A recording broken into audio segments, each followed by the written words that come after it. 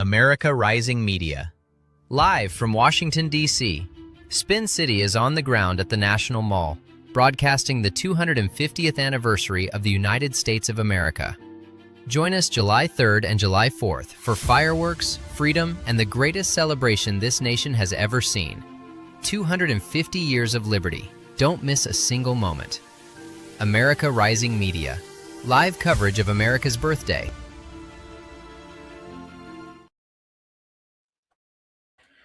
Good afternoon, good evening, good morning, wherever you may be. We have Kraut Mick in Real Talk Politics on a live debate. Is voter ID legislation needed in 2026?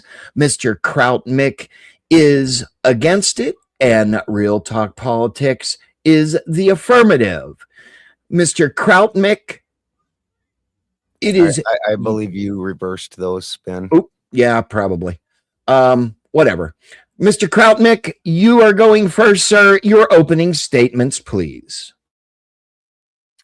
Yes, how is everybody doing? Yeah, I am for the affirmative on voter ID. More specifically, I do hope the American Saved Act gets passed through the Senate. It already got passed to the House.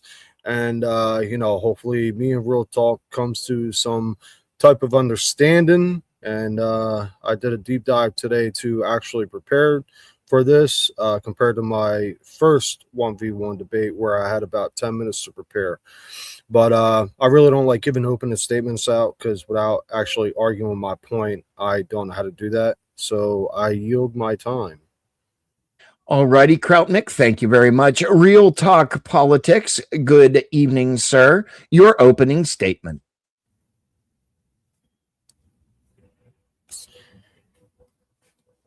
You're not coming in, Real Talk. Oh, You're muted on the StreamYard. Yeah, my bad. I was muted. But yeah, I hold the position of voter ID legislation, specifically the SAVE Act, is not needed. This is a act of ego from the president because he was butthurt over the 2020 election, and he's claiming voter fraud on a massive scale when there's no proof of that anywhere in America. So yeah, that's the position that I hold.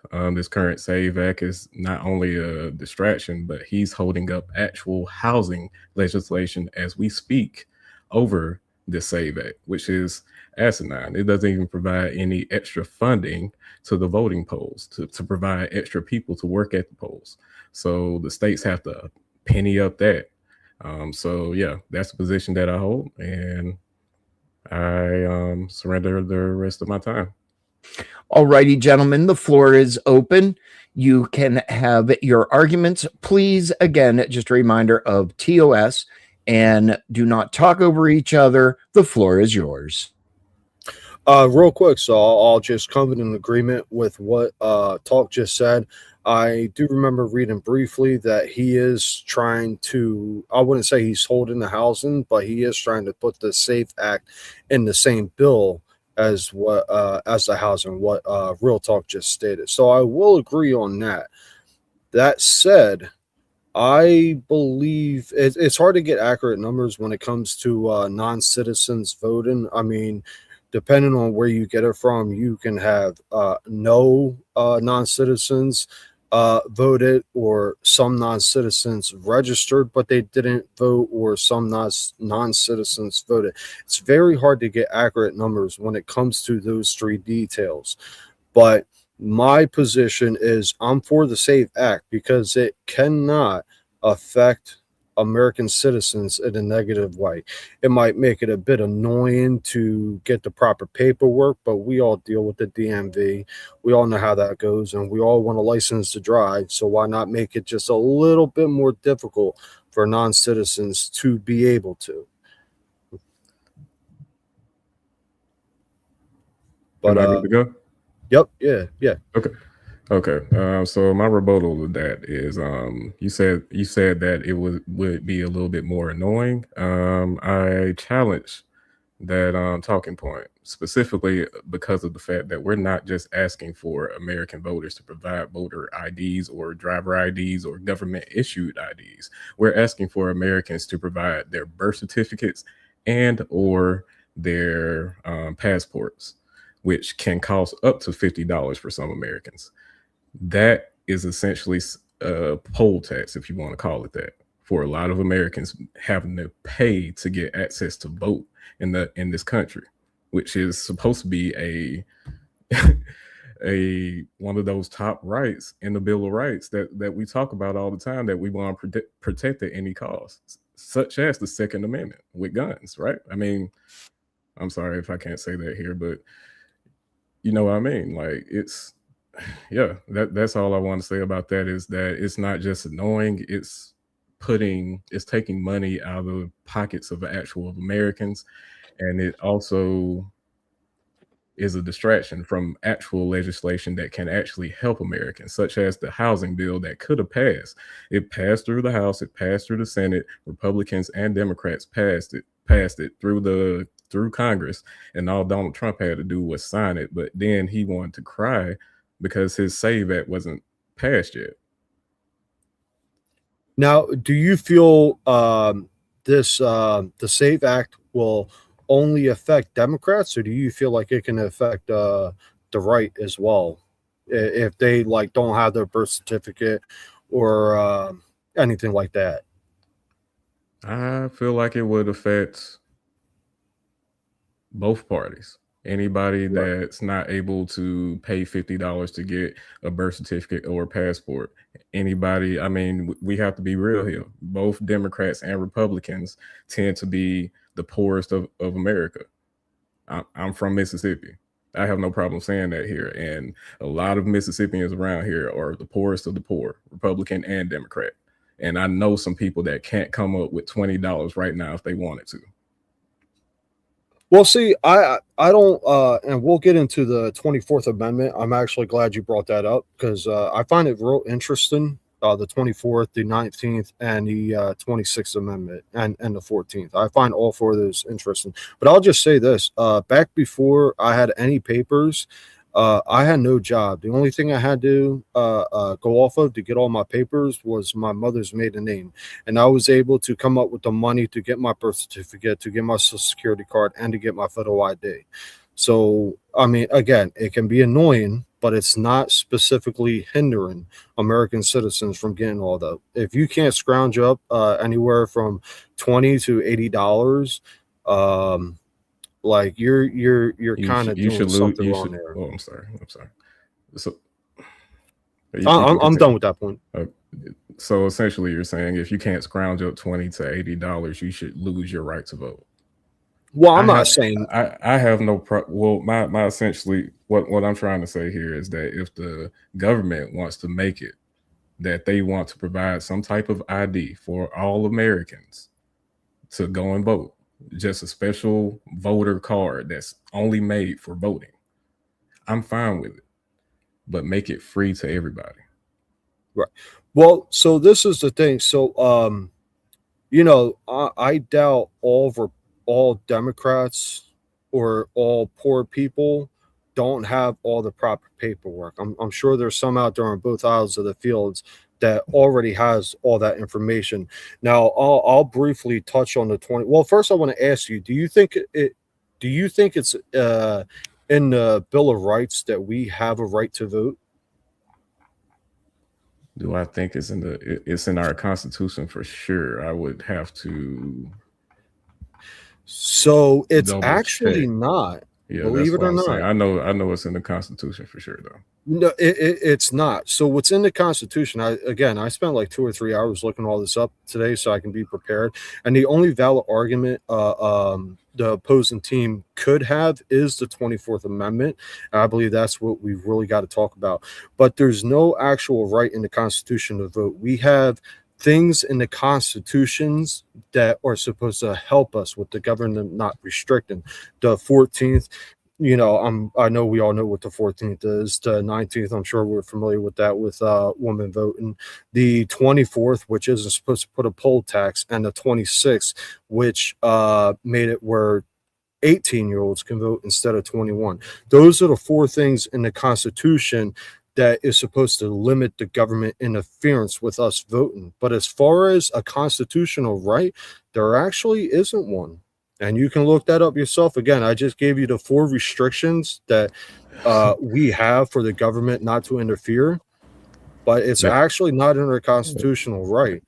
And I'm going to call you out for that. That's a bad faith argument because, yes, the Constitution doesn't explicitly give you the right to vote, but it sets clear guardrails for it excluding the right to vote. If you get what I'm saying, there are several different cases. There are several different amendments all throughout the Constitution and all throughout precedent in our Supreme Court and the way this country currently runs to this day, saying that you better provide extraordinary proof if you want to exclude people from voting or if you want to make it harder to vote in this country. Now, I'll say this, like, yeah, we should absolutely be able to vote. And the government basically says we have a right as a society, as a collective of America. But we just have those four safeguards to protect our votes. Not necessarily the Constitution saying we can vote. Now, I do want to dive into the 24th Amendment, the poll tax, because I believe that's the strongest argument the opposition can provide. And again, I'm definitely wanting to argue my standpoint on that. If you want to go ahead and state your actual objections to that. I also agree that the poll tax is a very hard point for the SAVE Act to get around if it's challenged constitutionally in court.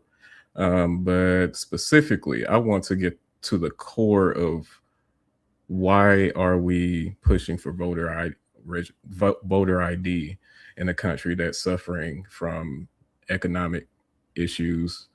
People are paying more for several different things. People are suffering in several different ways. So why are we pushing for voter ID laws right now? Well, again, it's because we want to make it's almost like safeguards, like firewalls to a computer. If you got two firewalls to make sure you don't get a virus, you're hunky dory. But if you can get a couple more in there to absolutely make sure your computer isn't affected, you'll do that. Now, the 24th, the poll tax, I was reading about that today too.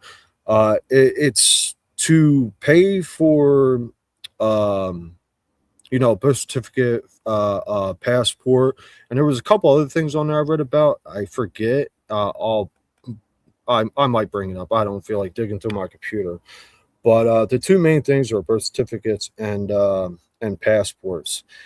And that's not necessarily a tax, because tax is something that pays the government to help them run. And I guess in a way, a birth certificate does that, but not like a straight tax. It's not property tax. It's not registration tax to help clear the roads.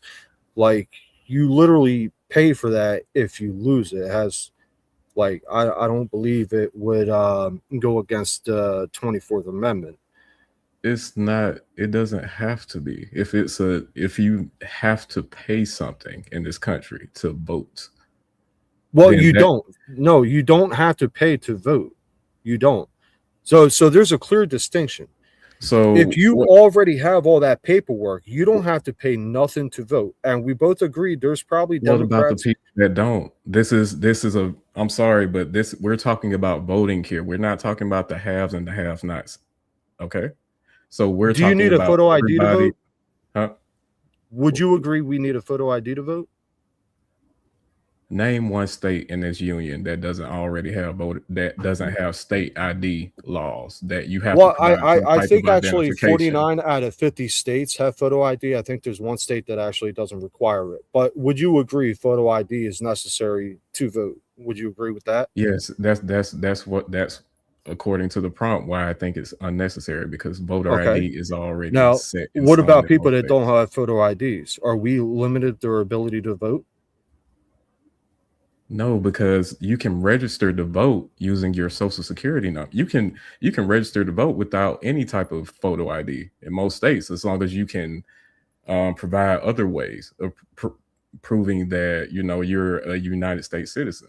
They can check your check your signature and your actual address and your social security number. Right. But again, if you couldn't get a photo ID, and again, 49, I believe 49 out of 50 does require a photo ID. If you couldn't get a photo ID, technically you wouldn't be able to vote, right? That's not necessarily true. You can when you go up to the polls. That's not necessarily true. If that's why I'm telling you is that a voter's ID is just only one way that you can be added to a voter's roll, or one way that you can actually vote in most states. But you can actually be added to a voter's roll. There's different steps of this registration process. All right. So I'll ask a different question, but in the same light. Would you say at some point or another, every American citizen will have to fork out money for a type of document to make it where they can vote? Not necessarily. Well, no, they'll have to. I mean, you need your social security number that you have to pay for to get a birth certificate, or I think I got that the other way around. I forget which one. You need one or the other to get the other one, and then you need one of those plus something that has your name on the mail to get your photo ID, and your photo ID costs money. Yes. And then you use that to polls. Now, if they sit here and try to tell us, hey, when you go up to the polls, you got to pay $20 to put your vote in, that's absolutely going against the 24th Amendment. But what they're asking, is something that we already have. Yeah, we would do that without the SAVE Act. We would want to have or buy again if we lost any of those papers. Like they don't align with each other. You know what I mean? Do you understand the difference between laws that we already have and this current SAVE Act? Well, yeah, that's exactly what I'm saying. So, and what I'm saying Act, is I'm sorry, but I'm sorry. Go ahead. No. So again, all the documents the SAVE Act are asking us to have or repurchase or purchase if it's our first time, we would probably get those without the SAVE Act. So to act like that goes against the 24th Amendment, I mean, I believe that was a strong argument before I started reading more up on it. And then I realized it's not like they're asking us to get a document that we never needed before in our lives. And we need that specific document that costs $50 or $100 to be able to vote. Then, yeah, I would say that's a poll tax that goes against the 24th Amendment. But it's just asking for paperwork that, we could have or should have in the first place, whether that's birth, passport, or that other thing I read about. I wish I could remember the name, but I never heard about it before today. Do you understand that since photo ID is this SAVE Act is not doing anything else but making photo ID no longer good enough? You have to provide that birth certificate, and you have to provide either a passport. So again, can we agree on that? Kind of. So again, that's why I use the example as a computer. It's just putting a couple more firewalls in place to make sure no non-citizens get. And now you're right. I think you said something about the photo ID isn't good enough. So in order to register now, if it gets passed, you got to show either a passport or birth certificate that with a photo ID, I believe, if I read that properly, which again, it's all just having that photo ID is no longer good enough. I just want to make that clear. Well, not to do the actual registration, but to actually go and vote, your photo ID at that point will be good enough. It's just this extra firewall. I'm talking about for somebody that's not registered. If this SAVE Act were to pass, them having a government issued photo ID would no longer be good enough. They would have to have that birth certificate and that passport, right? And I agree with that. And again, that's and documents you would have even without and the SAVE Act. that's the change that a lot of people, including a lot of poll workers, are having with this act, because it's not even providing extra funding to these state polls. They're That asking should for make you extra. happy, because that would show right there that it's not a way to apply tax to people. Right there, you kind of defeated the 24th Amendment, I believe. If they're not getting any extra funding or money from all these you documents we gotta understand pick up. that poll workers are already underworked already, and adding this extra process, A lot of us are also underworked, man. We live in America. do you understand that the president is complaining about the fact that elections are already taking too long and using that as a fact to prove that elections are fraudulent? But now you're saying it's okay, or that we should blow off the fact that our poll workers are underworked, and when we hire new poll workers, they're usually underpaid. But now you want to add more processes on top of that with that SAVE Act and not pay these people.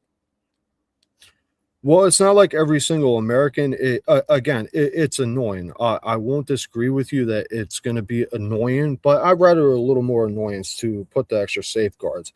And I don't agree. Well, actually, I'm not a fucking politician, but I can tell you a lot of bills or a lot of bills are put into like one package.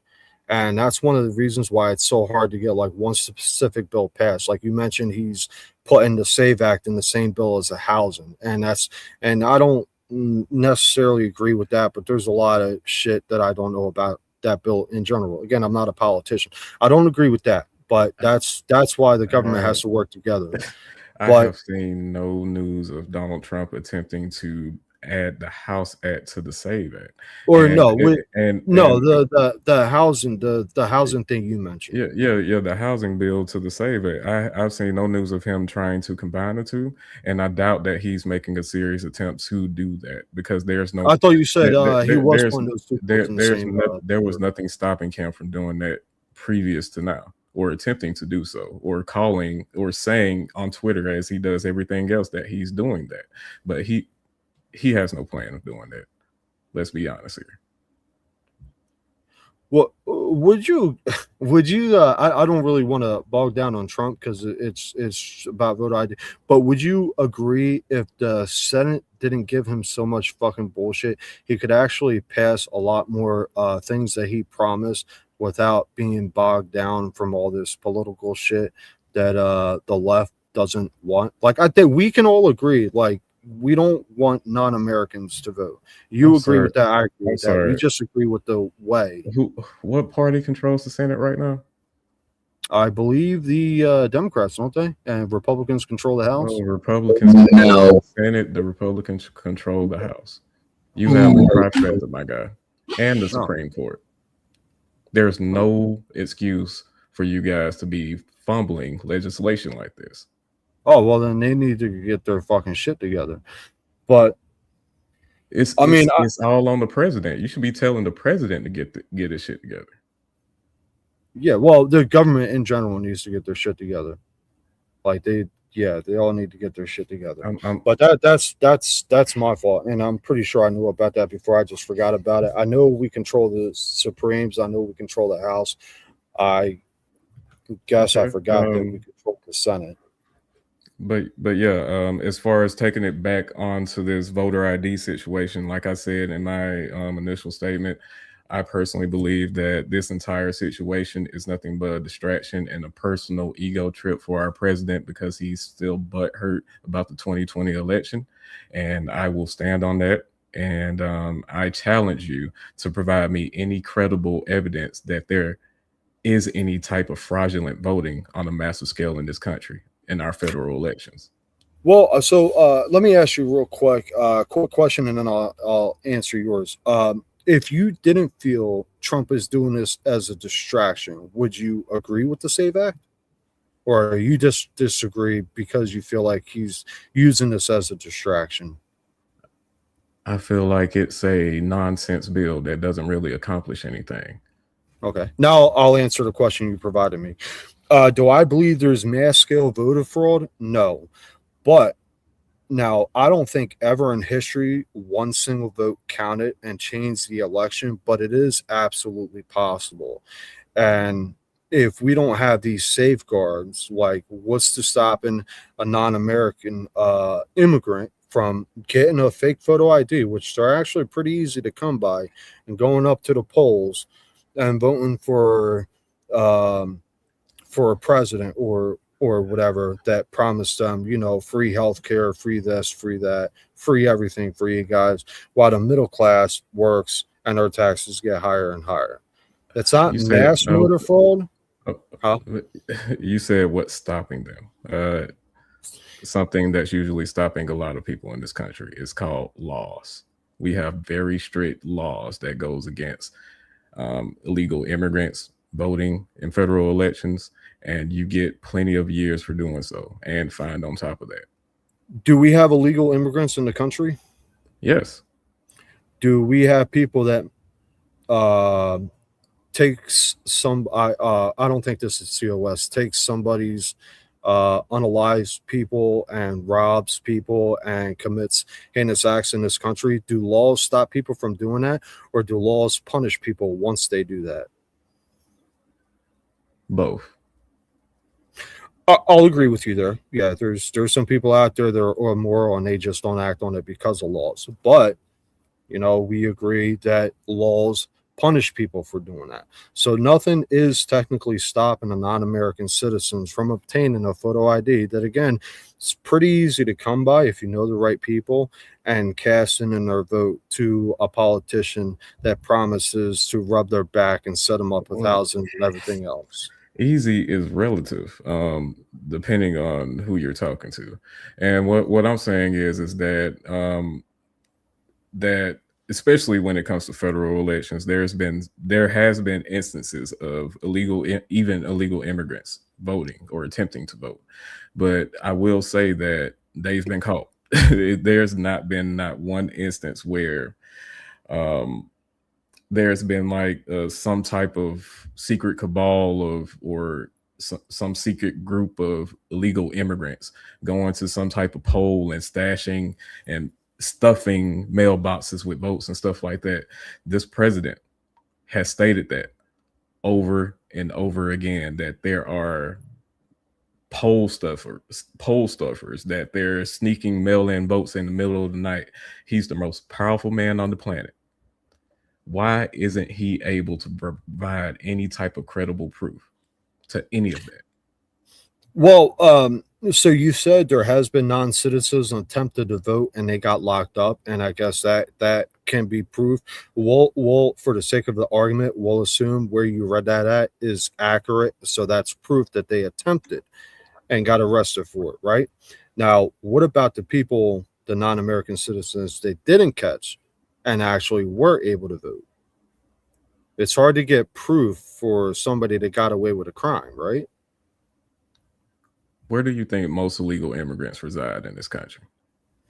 If I had to take a guess, I would say Florida, New York, California, just to name a couple.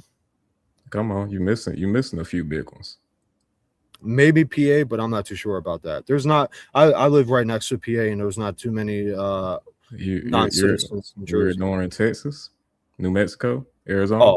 Oh, I'm on the East Coast, bro. I don't know nothing about Texas, but do they have a lot of non-Americans there? Everybody's talking about the Mexico border, bro. All I'm saying is that if there was illegal immigrants voting on a large scale and we're missing them, it would be on those traditional red states in places like Texas, in places like Arizona, in places like New Mexico. And I might give you California that somehow on purpose skipped over illegal immigrant votes. And Florida. I lived in Florida for 6 years. There's a lot of Florida is an extremely red state, and I doubt that they're allowing illegal immigrants or allowing them to, or looking the other way, in those types of situations. And these are red states going back decades at this point. So I don't think this is something. And I think from the Heritage Foundation, they found that there was like 35 instances of fraudulent voting out of millions. Like, yeah.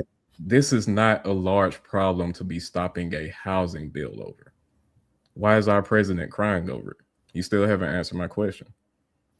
Well, so I couldn't tell you, and I did say I didn't agree with that, but at the same point, a lot of different bills get summed up into one vote. That's one of the reasons why people complain. Was it like 4 years ago when Trump had that deal to pull the soldiers out? I haven't read about this in years, but it was tucked in other bills, and it was kind of like a bill. Yeah, bills get tucked into one paper, several bills at once, and that's one of the reasons why it's so hard to pass them, because they might like this bill in the paper, but they don't like that bill in the paper. And I think that's stupid. I think that's something we definitely got to change about our government. But all in all, I believe Trump is actually doing this to put safeguards to stop non-Americans. And again, like it's very hard to get accurate information. I think in my opening statement, or after we started talking in general, that I said there's different sources claiming that non-citizens register but don't vote, or non-citizens vote but they get caught, or non-citizens, small percentage of non-citizens vote and they never get caught. It's very hard to get accurate information on those three categories alone. And as far as Texas, where they haven't found a worldwide fraud, I don't know about you, but if I commit a crime, I'm not hanging out next door. Like if those non-citizens are all in Texas, like I wouldn't be them so close to the border and doing dumb shit, like, because then it's a swift kick in the ass, right back to fucking Mexico. That's why they go all over the place. I really don't have anything for Texas. That's the best argument I have for Texas. But again, it's very hard. Like if somebody commits a crime and nobody finds out about that crime, how are you going to prove that crime actually happened or didn't happen? Because they still cast a vote. I'm sorry? Because they still cast a vote. You said, okay, it's easy for them to get a fake ID. Are they getting a fake social also? Because that has to match up, right? I actually anecdotal right here, and I'll make it quick. I worked at ShopRite back in 2010, and I literally got promoted because the guy that had the position before I got promoted, it was found out that he had a Social Security card that belonged to a dead person. So that absolutely does happen. Okay, but what I'm saying is that these things have to match up with our voter rolls. What you're telling me is that an illegal immigrant is not only threatening their residency over here in America, which they work so hard to get just to cast a vote. They don't really work hard to get. They hop the border illegally. I would have to strongly disagree with you with that. Well, most illegal immigrants are green card overstays. So let's make that clear, right? Okay. All right. So what I'm saying is that these illegal immigrants are risking their residency to cast a vote in the election that they might not even really care. Do you understand? Half of the fraudulent votes in 2020 were found to be for Trump. It was a very small number. No, I didn't hear about that. Yes, it was a whole poll worker that got charged with real charges for attempting to rig the vote for Trump.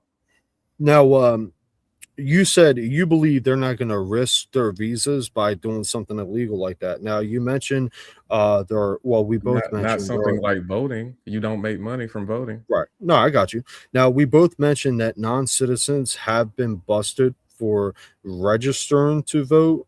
Now, yes. Are they non-citizens like illegals, or are those some people had visas and they got busted trying to register to vote?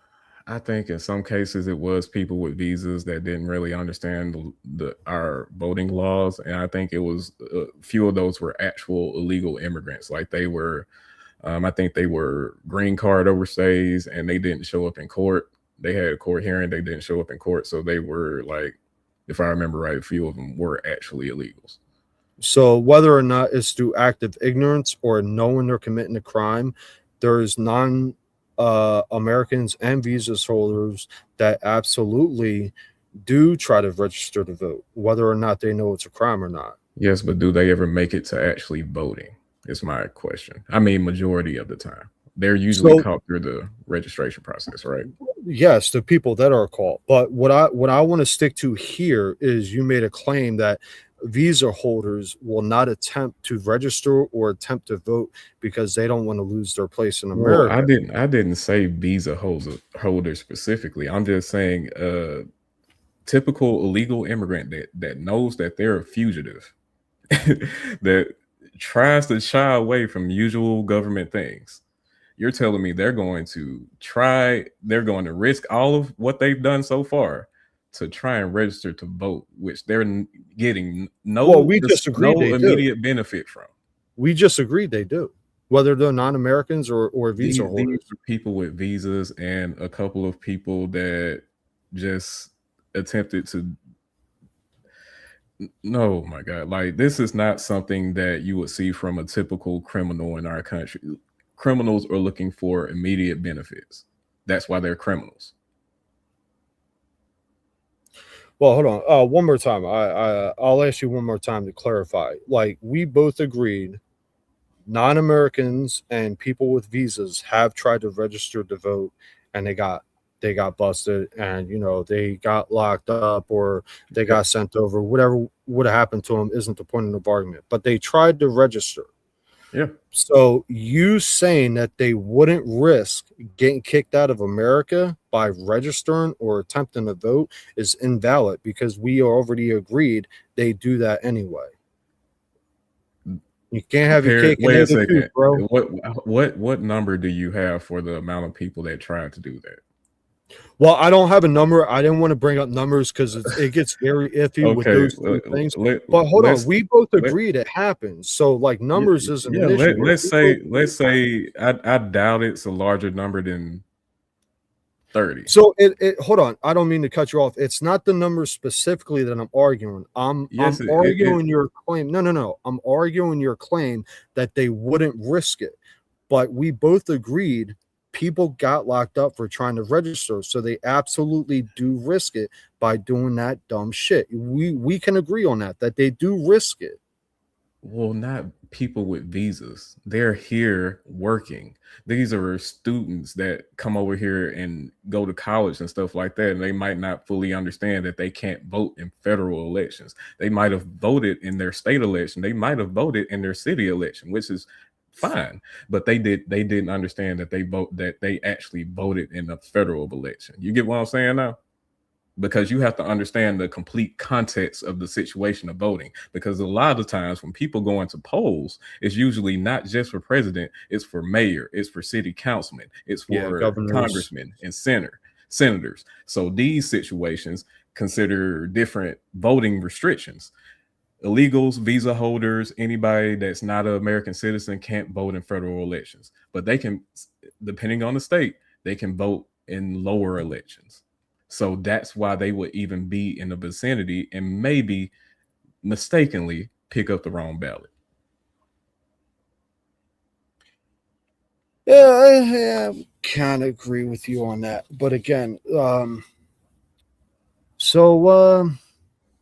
I mean, it's up to Boulder and Spin if they want to do an open panel. I just got one last question, and forgive me if I asked this already.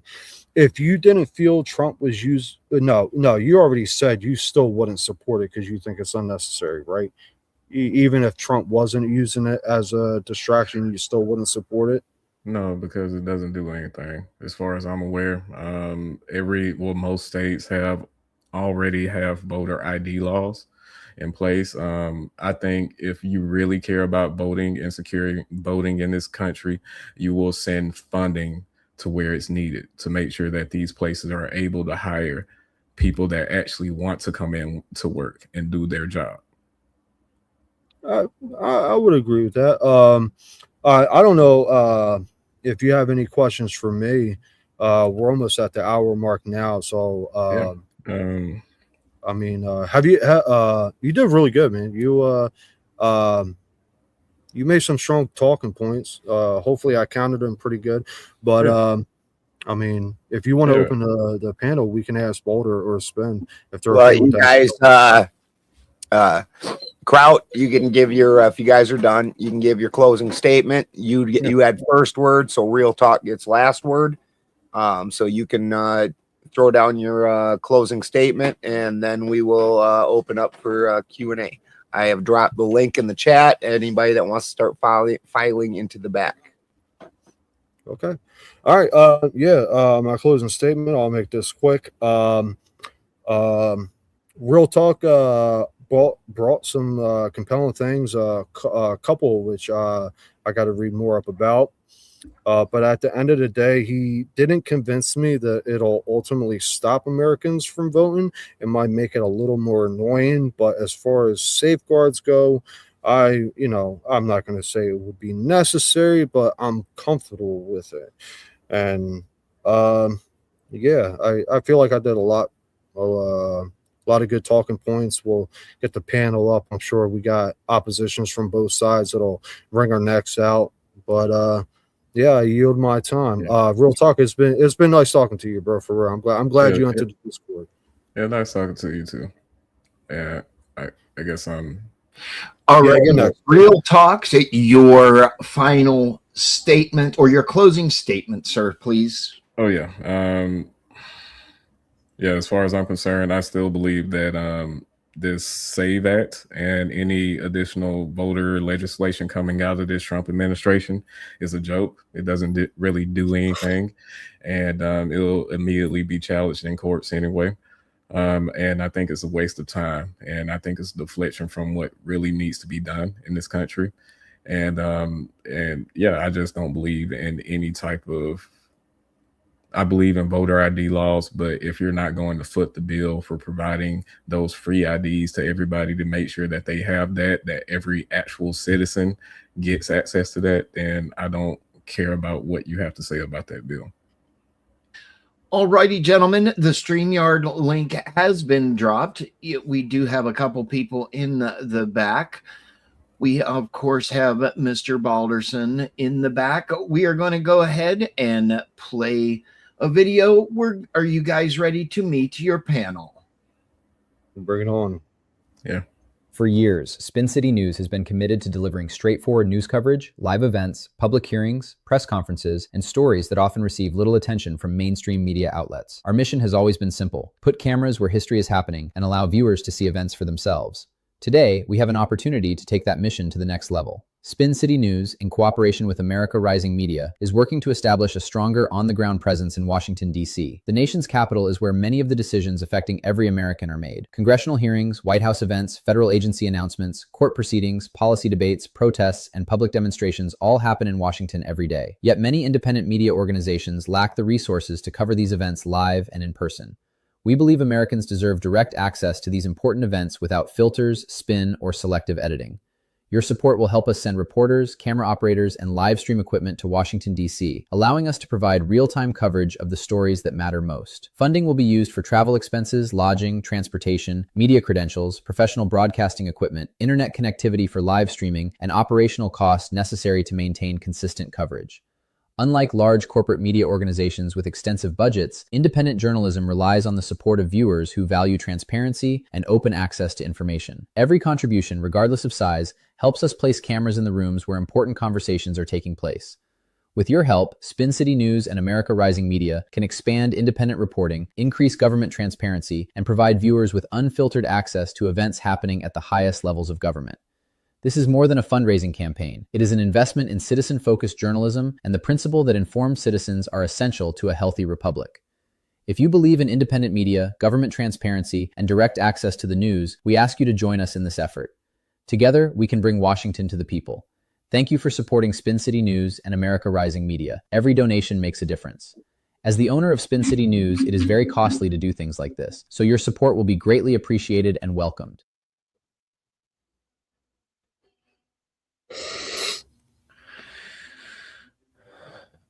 Alrighty, sorry for that. That was a little longer than what I thought it was going to be. I apologize for that, gentlemen. We have Nova Star. We have Hard Talk Toasty. We have For the Win, and of course, our resident constitutionalist, Mr. Clay. Good afternoon, good evening, everybody. We will go to the Q&A part of this. We are going to start from right to left. Miss No or Hard Talk Toasty, your questions for the panelist, sir. Yes, sir. I'd like to ask Real Talk Politics. What exactly about the Save America Act do you find to be totally useless? The requirements to and the talking point that kind of comes with it. To say that you want voter ID laws implies that you want some type of ID that goes along with voting.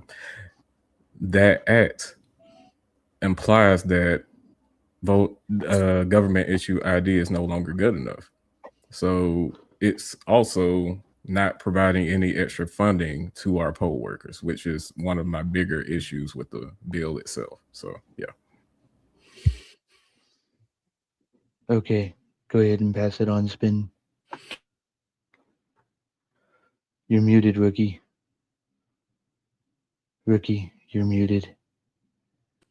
Mr. Clay, your questions to the panelists. I know I'm being a rookie right this second. Oh my God. Mr. Stop Clay. such a dumb fuck, and I won't have to call you a rookie, okay?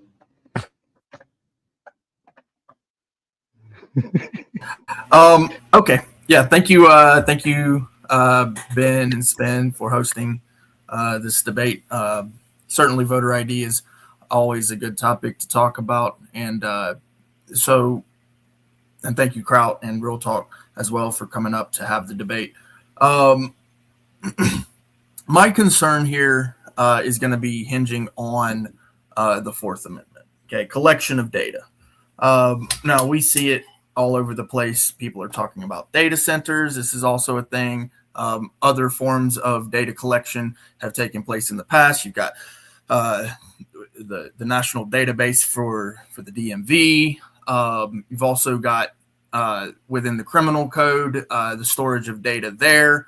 The Terry stop is a big issue in this country, because as soon as you get stopped, guess what? Your data gets stored into the system. The police are supposed to use it in certain ways, but quite often they abuse that authority and use it in improper ways. The same thing with the national database, with the DMV, and all sorts of other data issues when it comes to privacy and the right to be secure in your person's papers and effects. Short of a warrant, your rights are supposed to be upheld and defended by those in these positions of power. So my question for you, Kraut, is with a voter ID established and no tax to essentially create systems of security for the people, because even though, yes, it is possible for the states to be able to take your vote and put it into a secure place, the stored data of who voted is not stored in the same place. It's actually separated. So how is the SAVE Act going to be able to store data in a secure place without some sort of monetization, some sort of taxing? Because the way that I see it, one, that's just really not possible. I mean, you see how much tax is necessary for the storage of data just for the DMV alone. But then also, privacy is a big issue. It's a tradition here in the United States that we should be able to be secure in our person's papers and effects. And a lot of people see a lot of problems with certain storage of data as is already. So that's my question. Essentially, how is the Fourth Amendment protected? How are people's persons, papers, and effects protected when they go to the polls? Not necessarily when they go to register, but when they actually go to the polls. Real quick, what is the Fourth Amendment? Not too familiar with that one. Yeah, so that would be the right of the people to be secure in their persons, papers, and effects. Essentially, your person, right? Nobody can touch you, even the cops, unless there's a crime being committed. And this would be, with a warrant. Essentially, a warrant would need to be issued. Now, the Terry stop has lowered the standard to RAS, reasonable articulable suspicion. But to put that aside, also your papers, and the same thing applies there. And then your effects. So even your camera, your car technically is supposed to be an extension of you. The idea of you and your persons being secure. The Fourth Amendment is for that, and then the Third Amendment is actually for your home. Right. Well, okay. I think I remember what the Fourth Amendment was. I just forgot it was the Fourth. Are you arguing the SAVE Act will make it where the government knows everything about us, essentially? Well, not everything, but essentially the voting. So your vote is supposed to be a secure thing. It's actually a tradition for it to be a very anonymity.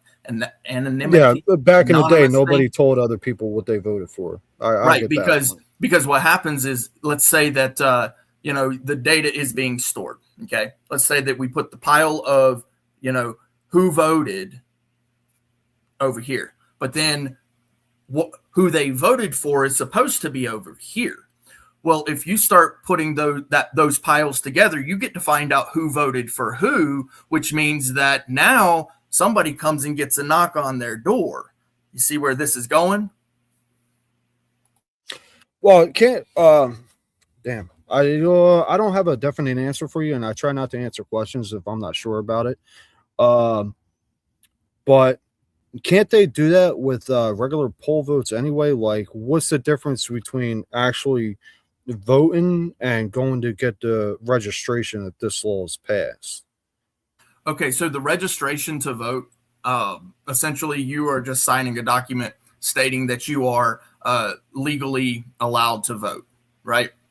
They store that data in a certain place, but there can't be a poll tax, right? So because of the 24th Amendment. So they can't actually charge you for that registration. But then also at the poll itself, they can't charge you a tax for that, right? So there's nothing in the tax code allowed in the states or in the Fed. Okay. It's just simply not allowed. And so because of that, you basically have to offer this for free, but you also have to secure the data for free. For nothing, right? The government is doing this. Essentially, they are still serving, right? They're not getting paid for this. We're not paying them. It's not allowed, essentially, by the 24th Amendment. And so the data must be stored separately. And because it's stored separately, right, now you have two separate piles of data. One, the vote itself, which, okay, we say 200 people voted for this guy, 300 people voted for that guy. That goes into a pile. That's storage data. Okay. Then you've got a storage of data that is who is registered to vote. You are not allowed to mix those piles together, because if you do, then essentially somebody comes and knocks on your door and says, hey, heard you voted for that guy. Right. And there's a reason for that. That's a protection. It's a security for us, the people, privacy. Right. It's to be secure in the Fourth Amendment. Right. So all of the 11th through I think it's like 28 amendments are actually supposed to be tied back to the first 10. They cannot exist without the first 10. Right. And in fact, the truth is that the way that the Constitutional Bill of Rights is set up, each one piggybacks off the other. So the second piggybacks off the first, the third piggybacks off the second, so on and so forth. I know I've done that spiel before. But the idea here is that the Fourth Amendment is the key to the protection of your data, your privacy, your persons, your papers, your effects. The person that you voted for, nobody has a right to know who you voted for. Nobody. You get to choose that. And nobody can influence that, except for through, basic, lobbying or commercialization, just talking, advertising, that sort of thing. No, unless you want to volunteer that information, it's not allowed. So I think I have an answer for you. Yeah, nobody should know who we're voting for.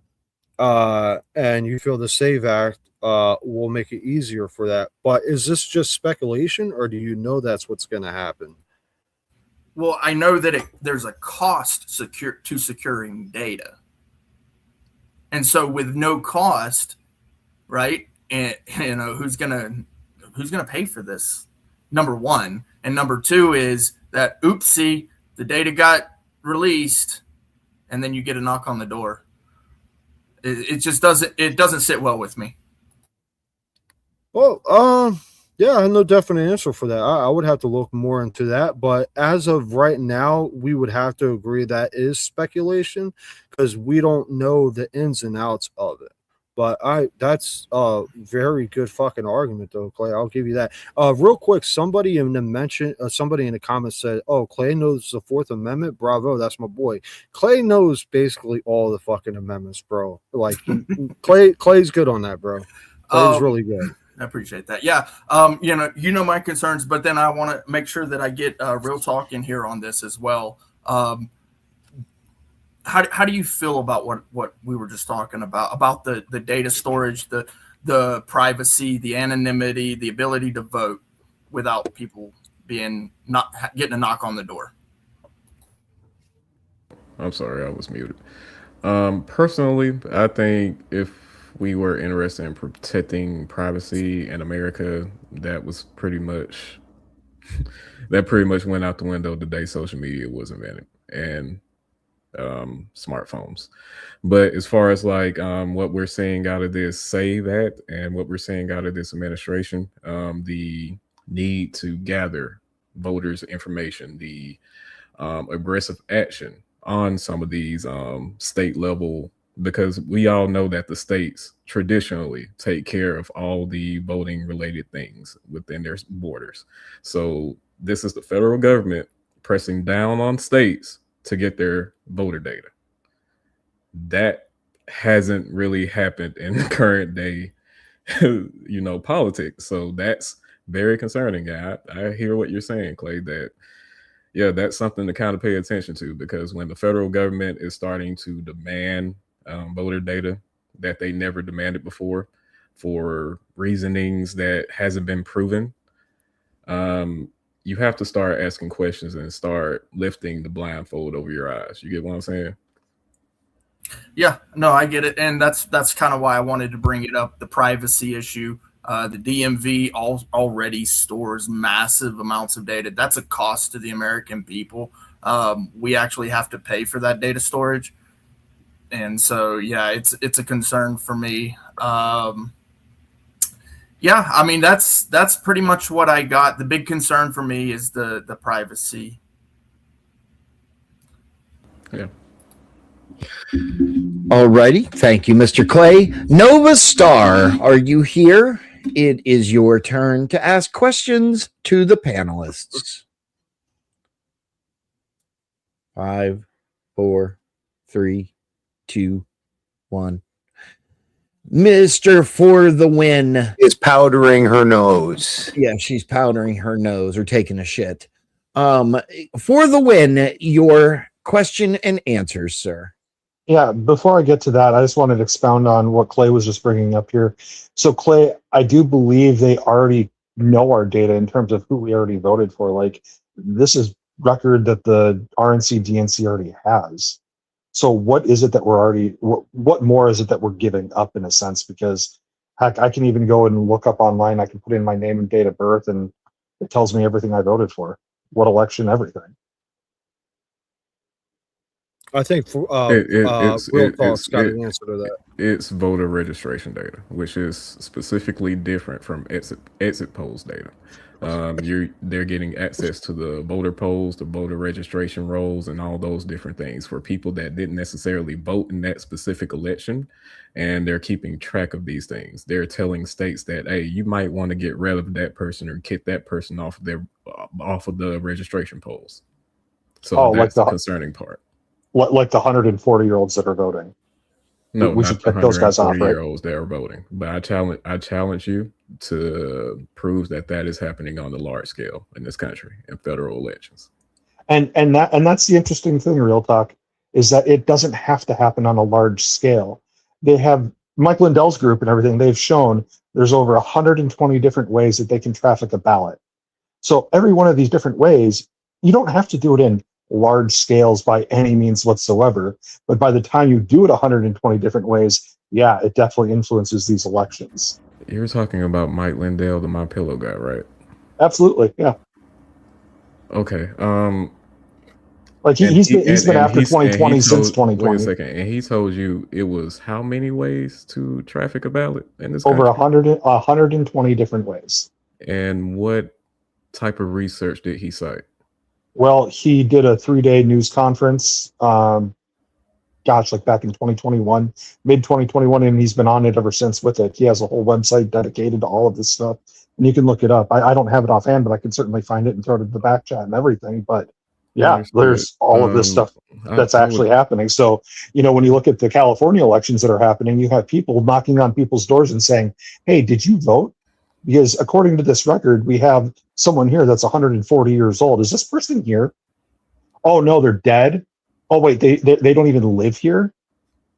So there's all these instances of it. So have you actually looked into these situations? Because I'm not going to. What's that interview guy that went into Minnesota and ran into those random daycares and Nick Curley. It's Nick ran to the random daycares and asked to see random kids like they were actually going to do something like that. That's crazy to me. But I'm not following. That's just the point.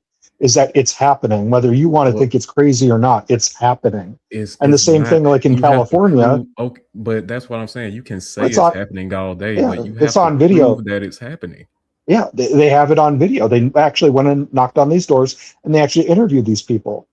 Okay, and where James O'Keefe did it, Cam Higbee did it in California, and they asked all these people. They have shown the actual list that they get, and they go to an empty, deserted parking lot. And they said that there's 40 people registered here. What list?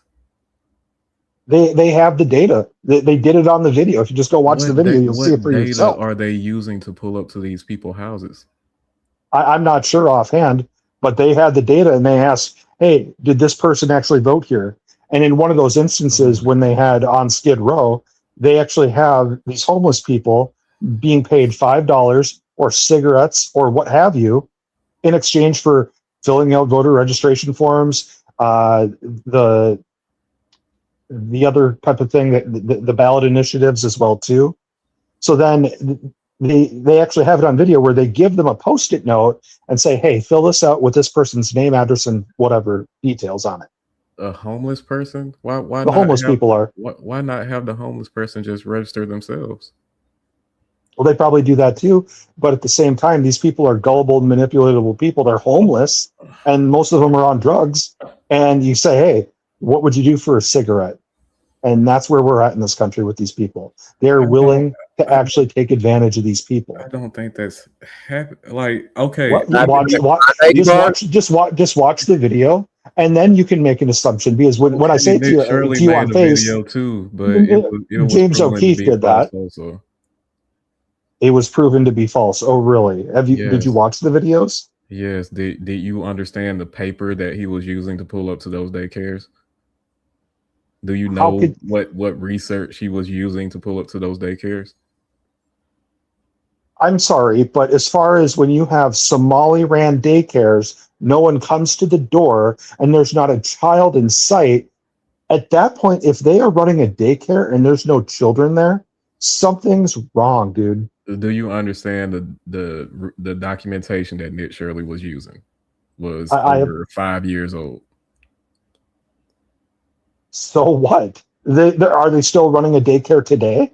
No. At least two of those buildings were closed. At least, and a couple of those other daycares had notices posted online that they were downsizing. That honestly sounds like fake news to me, bro, because these people got caught red-handed and you're just buying the BS. How much research have you done into Nick Shirley's videos? Not much, to be honest with you. Okay. But when I see that someone comes to the door and they say, no, go away, and there's not a child in sight, you run a daycare, Like at my business, when I have inventory and stuff like that, if someone wanted to come on in, hey, you want to see inventory or whatever? I've got it right here. So wait They a don't second. have inventory. They do childcare, bro. And there's no children in sight. I'm sorry, y'all. But this kind of shows the kind of bias that you're willing to go through because you're not even looking at the other side of it. If you were a daycare manager and a random guy that you've never seen before walks up to your daycare with a camera crew and asks to see kids, are you going to show them kids? You're not. They're not even asking for to show children on tape. They're literally showing right there the center, and there's not a child in sight. You don't have to because do at that point. Do you understand? Where do you understand that what fraud is?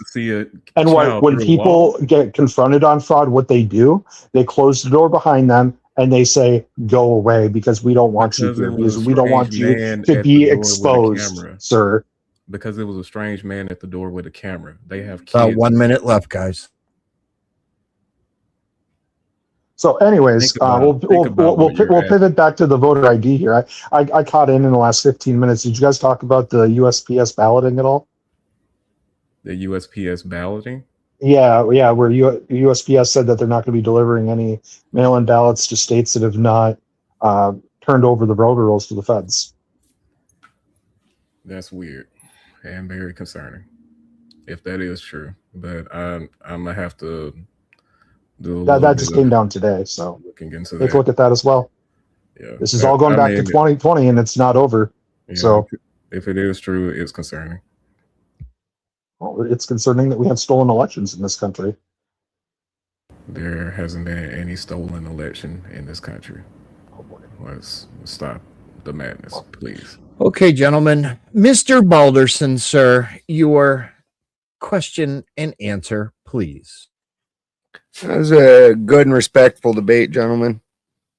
Kraut, my biggest problem with where you stood on it is mostly that, and this is going to apply for future debates, you carried yourself well, but when you take the affirmative position, you need to lay out a position that he is negative. Like even at the end of the debate, you told him, I'm not convinced.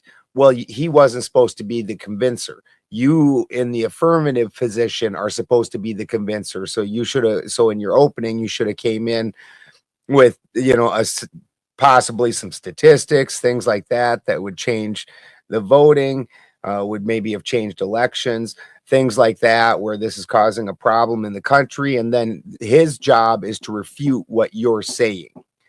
So when you're in the so it's just so you understand in the future for debates, the affirmative position is the one who lays the case out, and his responsibility is just to negate what you're saying. You kind of reversed it on him. Do you know what I mean? I do. And thank you for the heads up. I appreciate that.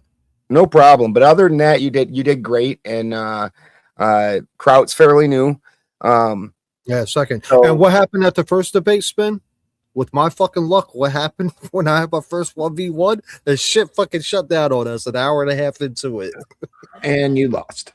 Yeah. So, this is just something that comes with learning, doing more debates and learning. So next time when you're taking the affirmative, be more prepared to make that affirmative position instead of trying to put the onus on him. Now, real talk.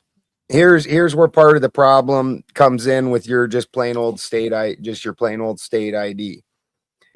When even in California, when you read the back of this card, it says this card is not acceptable for official federal purposes. This license is issued only as a license to drive a motor vehicle. It does not establish eligibility for employment, voter registration, or public benefits. And so this isn't a real ID. I don't have the real ID, which is supposed to then cover all those things, but then also the real ID would be something that you could vote with. I don't really have a dog in the fight on it myself. You guys, neither of you can convince me that there's anything they give one shit about your vote, that every election for years and years hasn't been completely rigged. It's which side rigs it better. So I agree with that. I don't care. Yeah. Oh, Nova's back. Yeah, that's about it for me. So Nova, I would she agree could with you, Boulder, miss on your Nova. last statement. I agree with that, Boulder, on your last statement. Yeah, we could, if you wanted to disagree with me on it, we could cite quite a few examples, like most recently the Bernie Sanders. And this was a primary, it wasn't in the federal election, but it just goes to show that in the Bernie Sanders case, they took that to court. In court, it was said right in an open courtroom that yes, the DNC cheated, put Hillary Clinton up as their candidate, but that because they're a private corporation, they are under no obligation to take the voters into account whatsoever. And if they want to choose their candidate in a smoke-filled back room, that shit was said in court, in a smoke-filled back room, that is their choice. And so this is what you get out of the RNC and the DNC. Every third party candidate that was serious, they've made serious rules after that in order to make sure that they can keep those people out, to the point where Ron Paul met all the requirements. They still wouldn't let him on the national stage because the RNC and the DNC are the most corrupt fucking companies in the fucking country. Nova, on you. I pretty much agree with everything that he said on that. It's the truth. There's nothing but rigging and all this bullshit behind the veil of corporations and organizations. And then we, the people, we stand around thinking your vote really fucking matters, when in all honesty, it's the electoral vote that matters. You're just the popular vote. You're under this guise that, oh my God, I'm going to get out there, I'm going to do this, and I'm going to be patriotic. Okay, well, that's great. But at the end of the day, they don't give a shit about what you have to say. And they prove it every single day. But for me, where I stand on it is, the laws need to be upheld. And I'm really sick and tired of them making all these bylaws to bypass our main laws, which is the Constitution, which my relatives put into there. You're all welcome. You may kiss my feet. No, I'm just kidding. To which you live and govern by. And I'm really fucking tired of them abusing it. And then they bring in all these illegals and all these other people who already live in a socialistic or an iron fist. And then they turn around and they get them to agree to whatever it is that they want with their new slave laborers, So I'm tired of it. The laws need to be upheld. We need to have everything in place. And if you don't like it, too damn bad. Because as far as I'm concerned, the left, excuse me, I was drinking something. The left, they just want to have a whole nation of no laws. That's all they want to do. I'm done. Alrighty. So we will now have DJ another little grift, and then we will open the panel.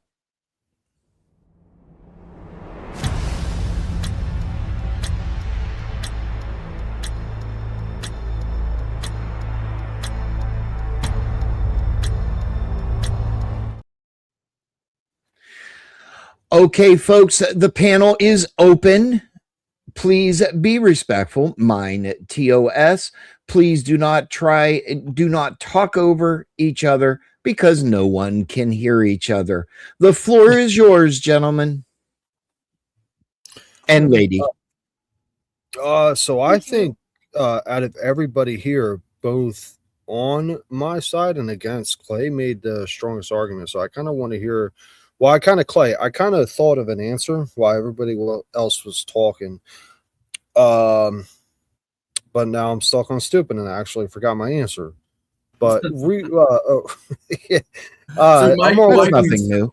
My concern, much like the DMV and much like other organizations, or I should say agencies in the government, like other agencies, they require data storage, which means that there's a cost, okay? Regardless of whether it's on paper or a server, it's still going to be a cost there. And when I say data storage, like I could get down with the voter ID. I could, but the problem is the 24th Amendment, the tax. I mean, you can't get past that. Like, the money is going to have to come from somewhere, and you can't allocate it from, like, I know that there's like this idea of a third party versus a direct tax, it's still going to, like, you can't say, oh, we're going to just take it out of Social Security and all of a sudden it's no longer a tax. No, that's still a tax. It's still coming out of somewhere else. Yeah, so you can't get past the 24th Amendment. Well, And then would you say it costs money to hold the data of the actual votes for elections? Like they got to hold those somewhere, right? And for data collections for the votes to tally them up, would you say that? Yeah. Yeah. Yeah, it costs it. Does it cost them? Well, so that's why I wanted to hear from you again, because you brought up two good points with collections. But I feel like if the government wanted to collect information on this, they either already done it or they'll find another way to do it. But the 24th Amendment, that's another good point, which I'm gonna counter if you just give me 1 second. Other people can talk to you or talk about something else. I'm gonna bring something up real quick. I actually read about the 24th Amendment. Just give me a few minutes while you guys talk.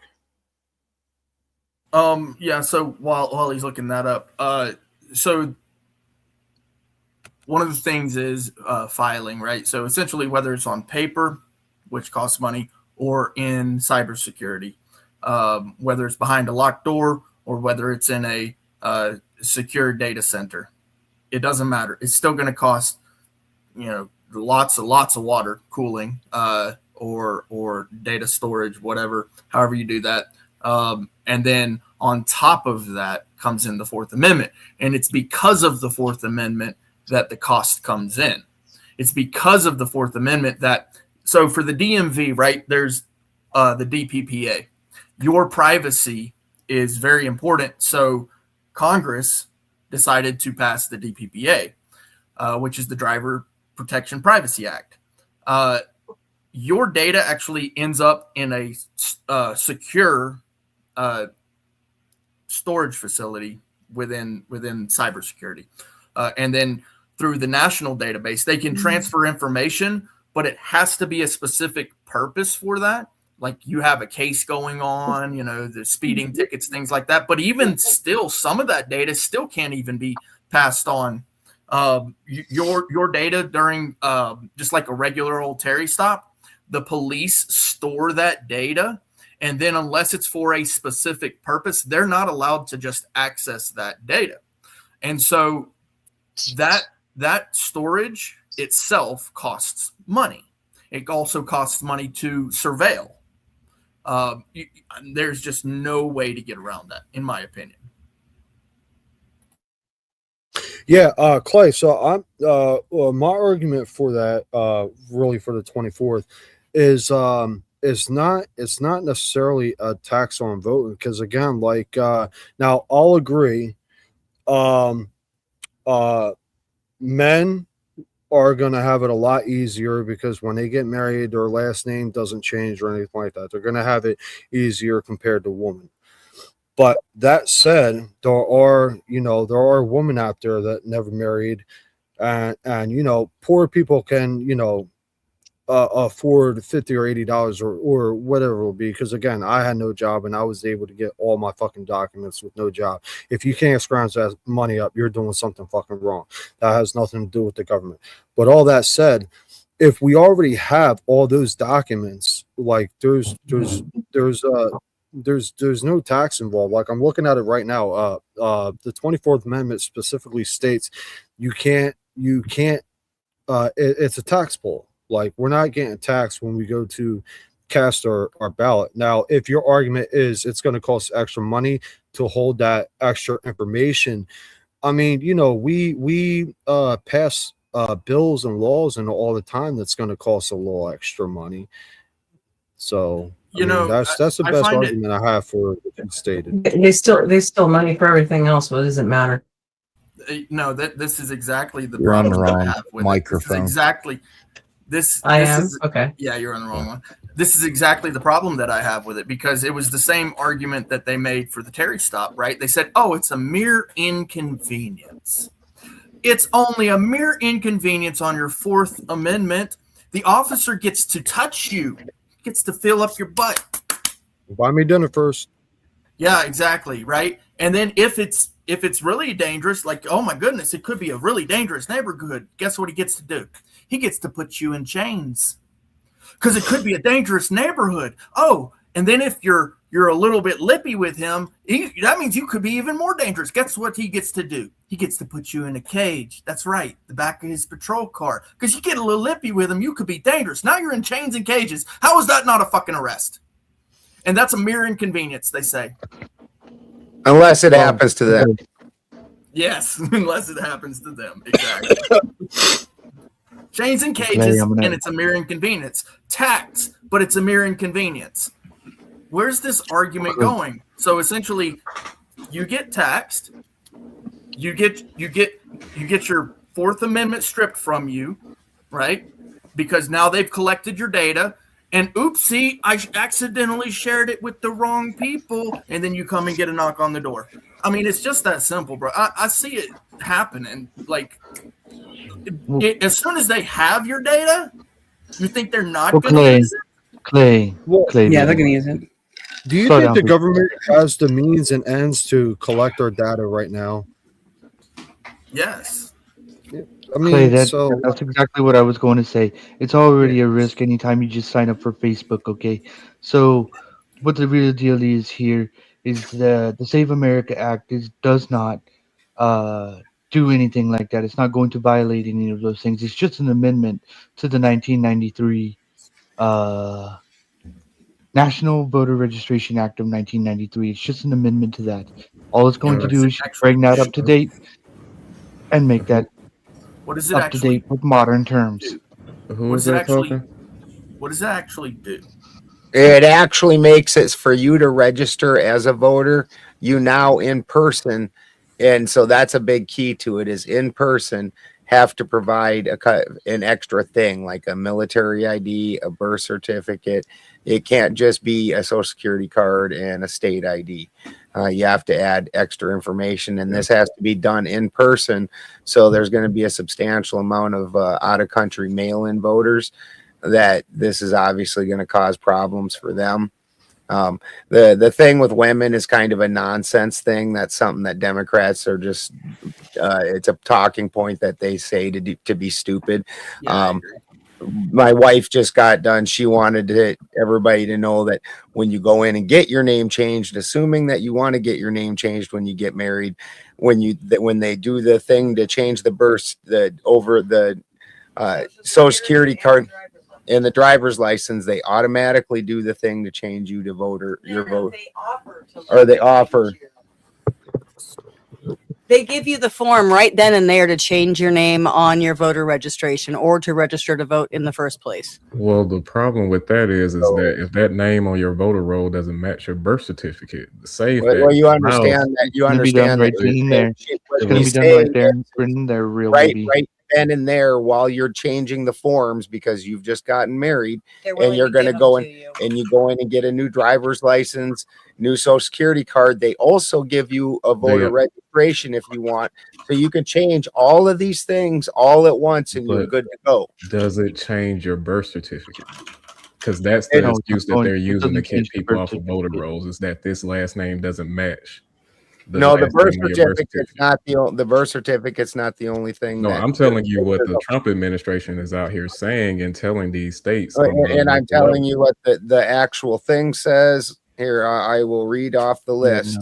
Requires physical proof of citizenship, such as a U.S. passport, a military ID, a tribal ID, or a birth certificate, rather than just a driver's license or social security number.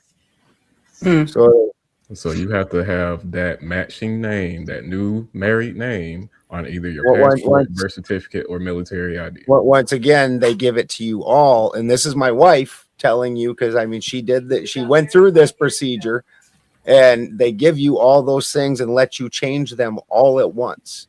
So this myth that the Democrats have went out to get everybody drummed up, it is. It's propaganda that the Democrats have done in order to get everybody's emotions drummed up. What Real is saying is we have some really crazy arranged marriages in this country is what he's saying. We arrange marriages at birth. That's how that matches up then, right? No, Are you really serious, bro? A birth certificate's name is going to match a marriage name. Come on, man. No, what I'm saying is that the SAVE Act is one at a time. Well, all I'm trying to get here is that if a woman that's interested in being married doesn't already have a passport, doesn't already have a military ID, all they have in this equation is a birth certificate, and she gets married, and you're telling me that there's an option to change that last name on that birth certificate? No, there's an option to change your voter registration right then and there when you do all the rest of the paperwork. Okay, can I bounce off of that real quick? This Trump administration is using this SAVE Act to say this last name doesn't match what we see on this birth certificate. So therefore, we're going to throw this name on the voter rolls in question. Let me ask you a question. Why is that a problem to begin with? I mean, if you're going to go buy a house, buy a car, anything, and you need to get finance, all your shit better be in line anyway. So why is it a problem? How slow are government notifications? It's the Fourth Amendment. It doesn't matter. It's not it's that done. slow. You have to have the proper identification to get it done to begin with. It's putting And this is more this, red tape around voting. This is You a can have it legal out to process no like reason. any legal. It's a legal process like any legal process. What's the No, difference? It's for no reason. It's No, asinine. no, The no. That's Fourth just we because you want to have no already law. have ID requirements to register to vote in 50 of our 49 states. Yeah, well, you know what? Then if you're not a citizen and you don't have all your identification placed, then I guess you don't get to vote. Now, do you? That's already the The Fourth case. Amendment. Also, Really? real talk. Yes, it is. I want to ask you a question, real talk, just to understand. Are you saying this bill, if passed, can affect married women, females, because of their birth certificate not matching their last name when they changed it to their husbands? On the voter rolls, if that last name doesn't match the birth certificate on the voter rolls, then the way the SAVE Act is set up, the federal government can throw that name on the voter rolls in question. It's already going to be changed over. Or Republicans ask the state are to more remove likely it. to You'll get get married away with your anyway. benefits too now, doesn't it? Huh? The Conservative Party will be more affected by this bill from your standpoint than Democrats, because we're more likely to get married anyway. So I don't believe that's a good. That's good, an talk asinine. Absolutely, rebuttal. Mickey. That's It's a weak absolutely point. correct. I don't care about partisan when it comes to this. I care about It would affect it would be the most Americans counterintuitive. possible to vote. The Democrats argue that's one of the reasons why Trump is trying to pass this bill to put voter suppression on females and minorities. No, But I the female think act- it's purely because of a distraction, and he's butthurt about 2020 and can't. well, that admit may, to a that lot. may be, but I mean, you just wanted it- to make it harder for the next Republican to win.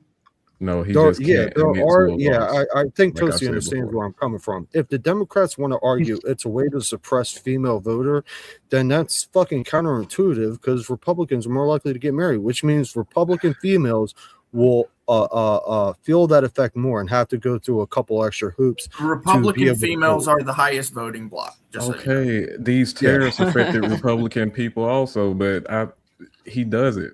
He does things that affect Republicans and Democrats in the negative way. He's been doing that for the It's past not 2 years. negative. You're making it negative. It's not negative because you don't want to have any laws to Tariffs apply drives to you. inflation in this economy. Oh bullshit! Now Who's again, paying- who's paying you to read the Clay's the only one that script? came on here with It's a not a strong, with a script. strong. It's Sure. simple statistics. Well, and I have another portion to that as well. So what's to stop me, okay, from bringing in a fake ID? You can't store that data, right? You're not allowed Well, to I store already mentioned fake IDs. They're actually pretty easy to get. Even again, anecdotal. I try Mhm. not to use. Go to Griffith but Park. I right. So personally if I bring in a fake ID, right, essentially you're not allowed to store that data at the poll. Okay, I still get to vote because I'm an American citizen. Just might be an American citizen who, for some reason, I don't have an ID. Right, I'm an American citizen, so I go and get a fake ID. Right, I'm actually legally allowed to vote, but the data that you're storing, you actually can't store the data. By the way, you on the federal level and the state level don't have the means to actually store that data without a cost. You still can't get past the cost, right? The actual Cost is storage of already the going to data. be there, Clay. Well, let me Cost is ask you a already question, done. Clay. Let me ask you a question. All right, so I support the SAVE Act bill, and I'm going to do more research for your 24th talking point, but this whole collecting data doesn't make sense. But I'm going to try to argue the 24th. So the SAVE Act is effectively helping to stop a problem, regardless on how small it is, to not exist in the first place. Now, let's say you're in a city and you got a bridge tore up. It's been like 50 years since it had any type of repairs on it. Who's paying for those repairs? Are your taxes going to go up for a couple years to pay for those repairs? Yep, and I'm cool with that. All right, because there's no law against it. The Constitution does not forbid it. Well, what you're speaking technically doesn't go against the 24th Amendment either. Really? It Storage of data requires money. That Well, I means think that's the people. What? People have to pay for it. I think we can all agree the government has all of our information anyway. Yeah, but just because they have our look, here's another thing. Just because the government can do it doesn't make it a good argument. The government can do a lot of things, bro. You know, just because those fuckers in Washington can do these things, that doesn't make it a good argument. They can do a lot of things. In fact, we know of one particular thing that they did, and they won't release the information on. Epstein, right? So because of that, we're sitting here twiddling our thumbs about these things that they can and can't do. Just because they can doesn't mean that they should, right? But in all seriousness, yeah, I don't see how you get past the tax because literally to secure information requires either a really heavy locked door or a incredibly trusted cybersecurity team. They'll separate it out, Clay. That's what they'll do. They'll separate it out just like they do anything else. That's why it's not really a concern to the SAVE Act. Like I said before, the SAVE Act is just an amendment to the 1993 Voter Registration Act. Well, which is exactly why I brought up the idea of bringing in a fake ID. Because if I bring in a fake ID, then you can't store the data. Who is that talking? That's why he wants it to be much stronger and better. That's why he's making an amendment to the 1993 Voter Registration Act. Because of that concern right there. Hard talk. Will you acknowledge that the SAVE Act doesn't just add on more requirements to the registration process? It does allow the federal government to ask for certain data from the states, right? It can. Because that's just the state. It right. authorizes the federal government to pull that data from the states, right? Yes, because that's just the natural right of the states to begin with. It's a natural right of the states, not the federal government. It's a natural right for both state and federal. They can both do it's that. The the data has to travel up were towards very the clear federal. about leaving that right to the states. I'm sorry, what was that? The founding fathers were very clear about leaving that right to the states when it comes to running their own elections. Yes, but they have to compile the states have to compile that data anyway to begin with and hand it up to federal, so the federal can There's nothing in the Constitution, like Bill of these. Rights, or anything else that says that Yes, that is a because that was an requirement. amendment in the 1863. No, it wasn't. Yes, it was. That wasn't a requirement. Yeah, the states are actually forbid from actually giving polling tax as well. Giving In the the federal 24th. government control over our elections, especially state level elections, is a very slippery slope that I don't think many people want to go down. Yeah, that's my issue. It really boils down to the Fourth Amendment and me to be able to be secure in my vote. Like if I give a vote, right, and I come in, no, I'm an American, yeah, but you're sitting here telling me as an American that I actually have to give up my information to do something that I'm legally allowed to do. Now we're in the territory of the Fourth Amendment every single time. Yeah, I keep hearing this states' rights, and that rings true. How is states' rights not true? I didn't hear an amendment number. That would be the 10th Amendment, sir. Thank you. I'm just going to pull that text up. Somebody showed me a cute little trick that's actually the 13th article. That be about right? I think it's the 12th. That's close. Close enough for government work, quite literally. Right. Horseshoes and hand grenades playing around. Yeah. That's right. Okay, I'm just checking this out. I'd like to check myself. Hey, Santa. Good to see you. Likewise. You guys don't get to see me because I'm not running my AC. I'm sitting in front of a fan with a drink with a little, what is that? Umbrella in it. A little Mai Tai. Nah, it's actually milk. I was just thought I'd be dramatic. Ew. In that heat, should be a mojito. Actually, we just had good news this week on that front. The Supreme Court came in and said you cannot keep us from having guns just because we smoke the fucking reefer. Fuck you all. Thank God. Hell yeah. Yeah. Because people high on Percocet, being an expert at such a thing, might be more altered. Yeah, I don't do it now, but 10 years, my doctor agreed that was the best treatment modality, and I got to where I healed enough to leave it. But I still carried with that. No one better than I. Okay. So I'm just reading the full text of it. It was 9-0, Ant. Absolutely. The Supreme Court got one right. Thank God for once, yeah. Yeah, and I'm sorry to frighten you guys by agreeing with Clay. You do that once in a while, though, don't you? I do. And you know what? I probably do it more than you think because I won't say too much until I'm like, hey, poppycock. I kind of knew me and Clay would disagree with this because one of the first times I joined this panel, me and him has total different ideas on what rights are. And yeah. Well, I disagree with a few people about what rights are, and everybody keeps telling me how people can take me away, and I invite them to come by and take mine away. I believe you. Well, I believe you surrender them when you do shit you know is wrong. Play the game, pay the price. Yeah, it's a That's forfeiture. what it is. Yep. Yeah. But of course, I told For the Win when we were talking, there's actually nothing in the Constitution that says we have an inherent right to vote. It's as a civilization that the government agreed we should be able to write. But there's nothing in the Constitution.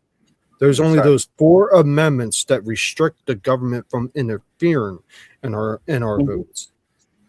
Well, it was assumed we'd have the rights because they didn't want to be a monarchy again because monarchies are bad because they came from a monarchy and most of them were fleeing the monarchy. I mean, mine weren't really fleeing it. They were just told we're going to kill you or you can leave. I guess that's following the option.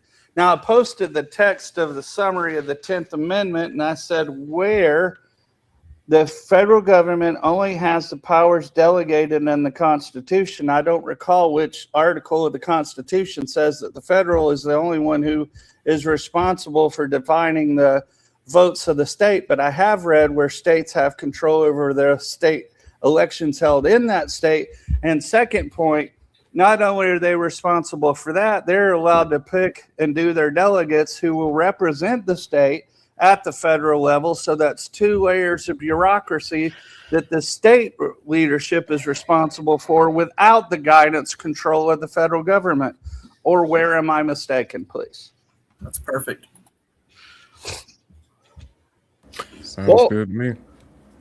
I don't really have an answer for that, and I'll be very transparent here. If I am to change my stance on the Save America Act, it's not because I don't feel non-citizens are a threat. I do think that's a big problem. It will be because Clay made a very good argument on it could possibly lead into going against the 24th Amendment. Now, I'm not at that point yet. I'm going to do more research after I get off this. Probably be about 30 minutes. Sure. But yeah, that's not. Yeah, non-citizens aren't going to be the reason I change my mind. It'll literally be because of the one argument, Clay, the one argument you brought. Yeah, and just to be clear on that too, there isn't a tax currently, right? And this is why I appreciate what Real Talk said, which is that it's a slippery slope. It creates a slippery slope because what it does is it presents a system where you actually have to present an identification. Now, that identification, of course, has to be stored if it is to be treated as some type of verification. Without the storage of data, there is no way to verify it. And because you need to verify it according to these backlogs, like Social Security goes with the Social Security, okay, you're the right person. Driver's license goes with the driver's license, all right, you're the right person, so on and so forth. Now we're talking about the Fourth Amendment and the ability to be secure, which means that some type of storage has to happen. That's got to be paid for. Now you're getting into the 24th. And so, may I ask a question first, Kraut? Yeah, go ahead. I'm getting all curious about the Fourth Amendment and anybody relying on a Social Security number for identification when the cards used to say right on them not to be used for identification. Correct. And when Real Talk is talking about slippery slope, is there not a finer example of such a slippery slope? Yes. Especially when you go a finer example than the Social Security number.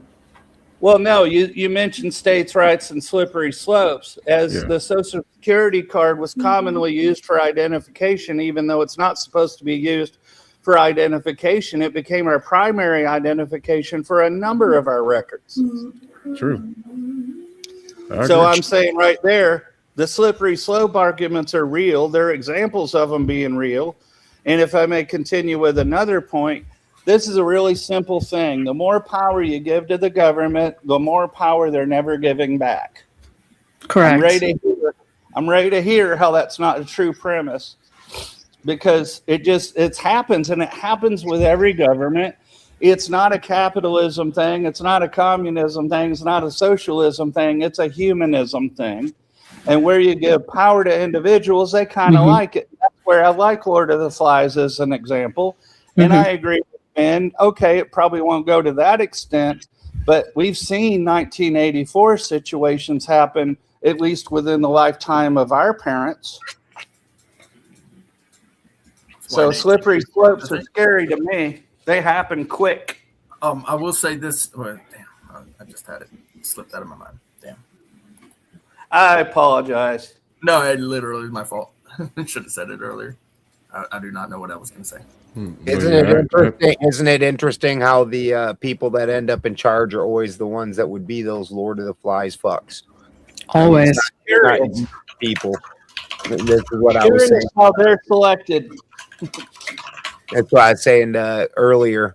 I would never let any there's been not a presidential candidate in my lifetime that I'd let babysit my dog.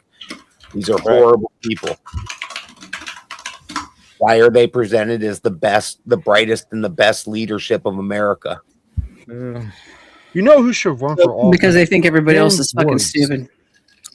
And apparently they are. Indeed, yeah. They like to be lied to. Yeah. Who's that motherfucker that played Mr. Dean? You guys do realize you can go right into Griffith Park in California and buy your Social Security card, your everything else that you damn well need, and it's quite the deal. And I will say, Arizona was once known as the identity theft capital of the state. One of them, yeah. Wow, another border state. Who would have thunk it? So Clay, I got a question for you. Would you agree non-citizens is a threat to voter? To voting in America? Would you say it is a threat? Are you asking me? Who are you asking? Are you asking? I'm asking, but you can answer if you want. It's less of an actual voting problem and more of a districting problem. There really isn't enough of them that vote. Actually, I agree with Real Talk. You could maybe come up with a couple of immigrants that are going to go in and risk themselves to vote.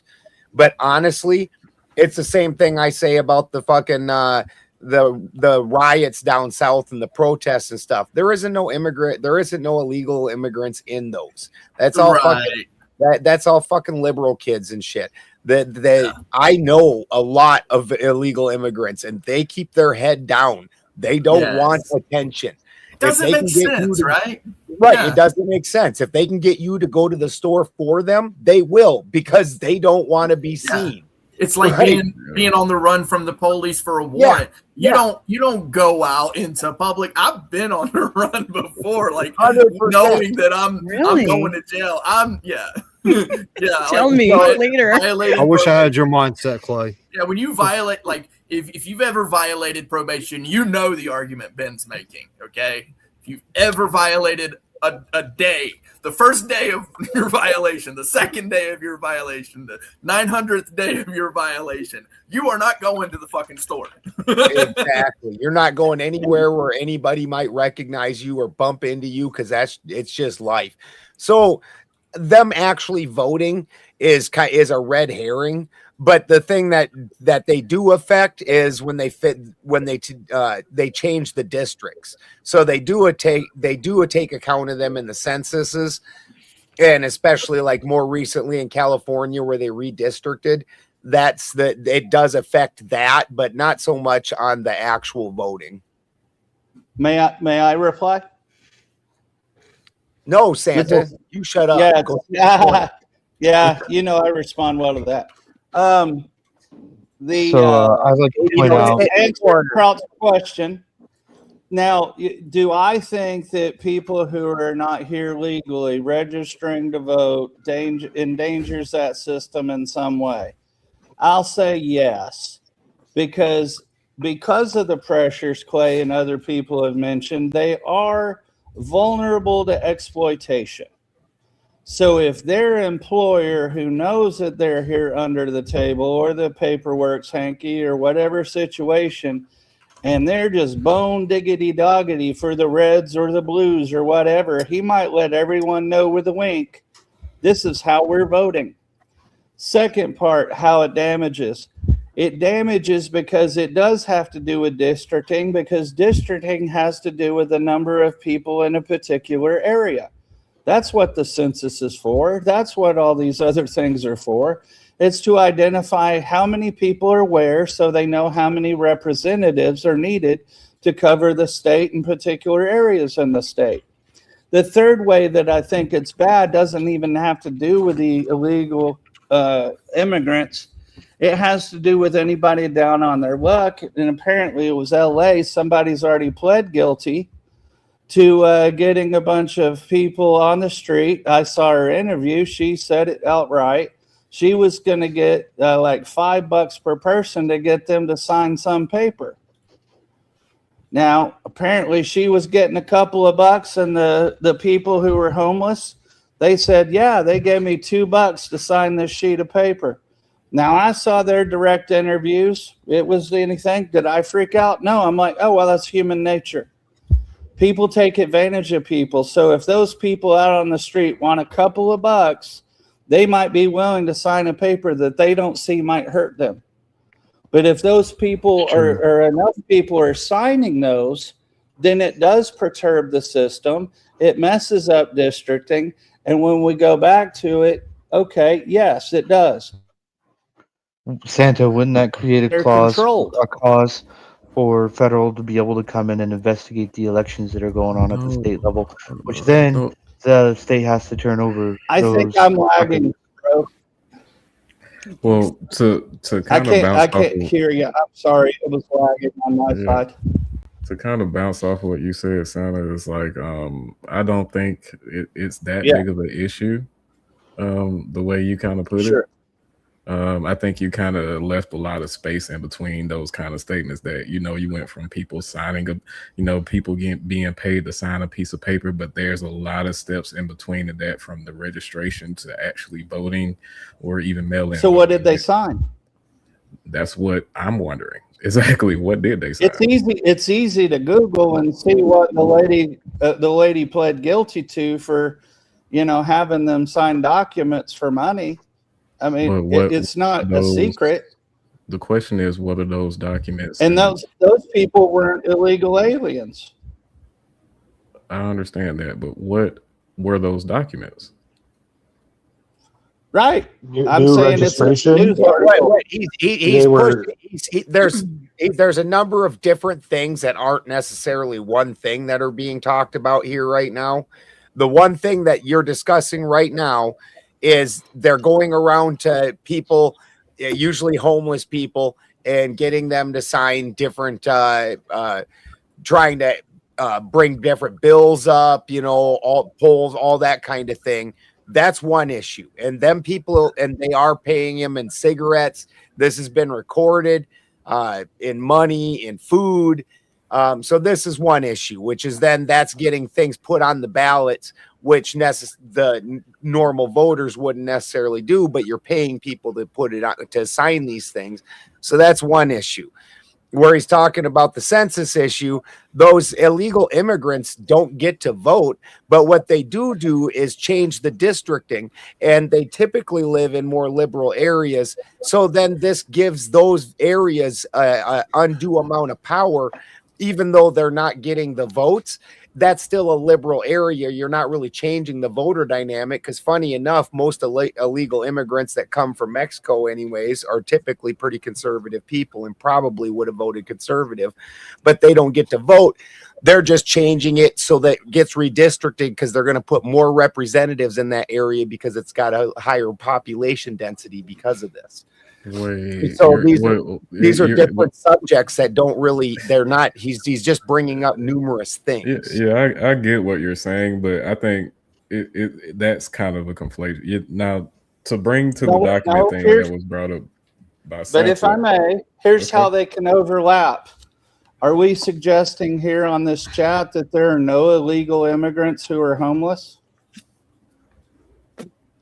Not too damn many, actually, that I've ever seen. Oh, I know. Those are the ones. Yeah, they all stay in the same house, so their rent is pretty cheap. Well, that's not it either. But Brenda Lee Brown Armstrong, I posted it in the chat. She pled guilty to this, and I got it from the DOJ. All I'm saying is that vulnerable people. Exactly. She was for a scheme where she paid homeless individuals on Skid Row $2 to $3 to sign and fill out fraudulent voter registration form and political petitions.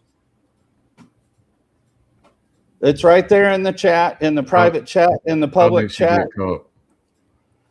I think it was something that other people were looking at for election integrity, started by the feds, interestingly enough. So the system that we have in place called that fraudulent activity. The last sentence. She agreed to plead guilty to federal charges carrying a maximum penalty of 5 years in prison. She pled guilty, bro. It doesn't matter how she got caught. She was doing it. But where the problem with the system in place comes in is they're going out and they're making it easy for these people to register, and then they actually, even when it's voting time, will come back and take them out for a meal and a shower and get them to vote and everything. It's a real problem. This is a California issue, though, mostly. But it should be easy for Americans to register. Yeah, I'm only talking about facts that really happen. I'm really providing the receipts, as we say, in the common. And if those things are going on, that's violating. I'm just as confused as you are. That's violating the HAVA Act. The story is about. I have the no NRVA of 1993. I think we're talking, and I think I and the apologize. CRA Act of 1960, in which case the federal government can grant itself rights to be able to get into the state system and look at everything that they're doing. Even though ordinarily, you would be correct. The state doesn't have to submit things to the federal. But if those things are going on that, like Salty Santa just described, then yes, that violates the HAVA Act. That violates the NRVA Act of 1993 and the Civil Rights Act of 1960. And the HAVA Act of 2002, in which case the federal can grant itself rights to be able to go and extract that information and be able to That- set the record straight. Yes, So those yes, are your state, your federal those are, absolutely can get into your those state. are emergency powers, are they not? No, they're not. So May- what may is I it? Let me read to you.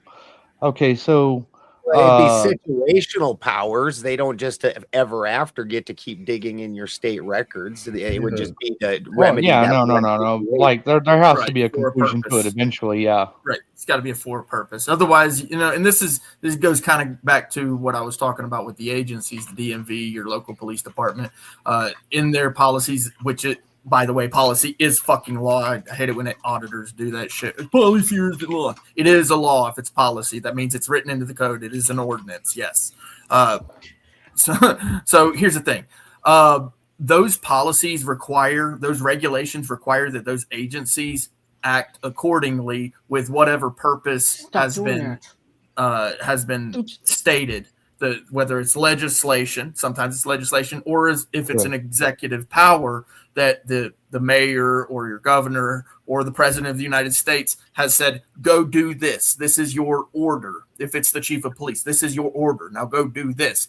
There has to be a specific purpose. It has to be written out. It has to be given. This is why you have teletypes now. This is why you have even with radio traffic. Radio traffic's supposed to be recorded. All of the communications are supposed to be recorded.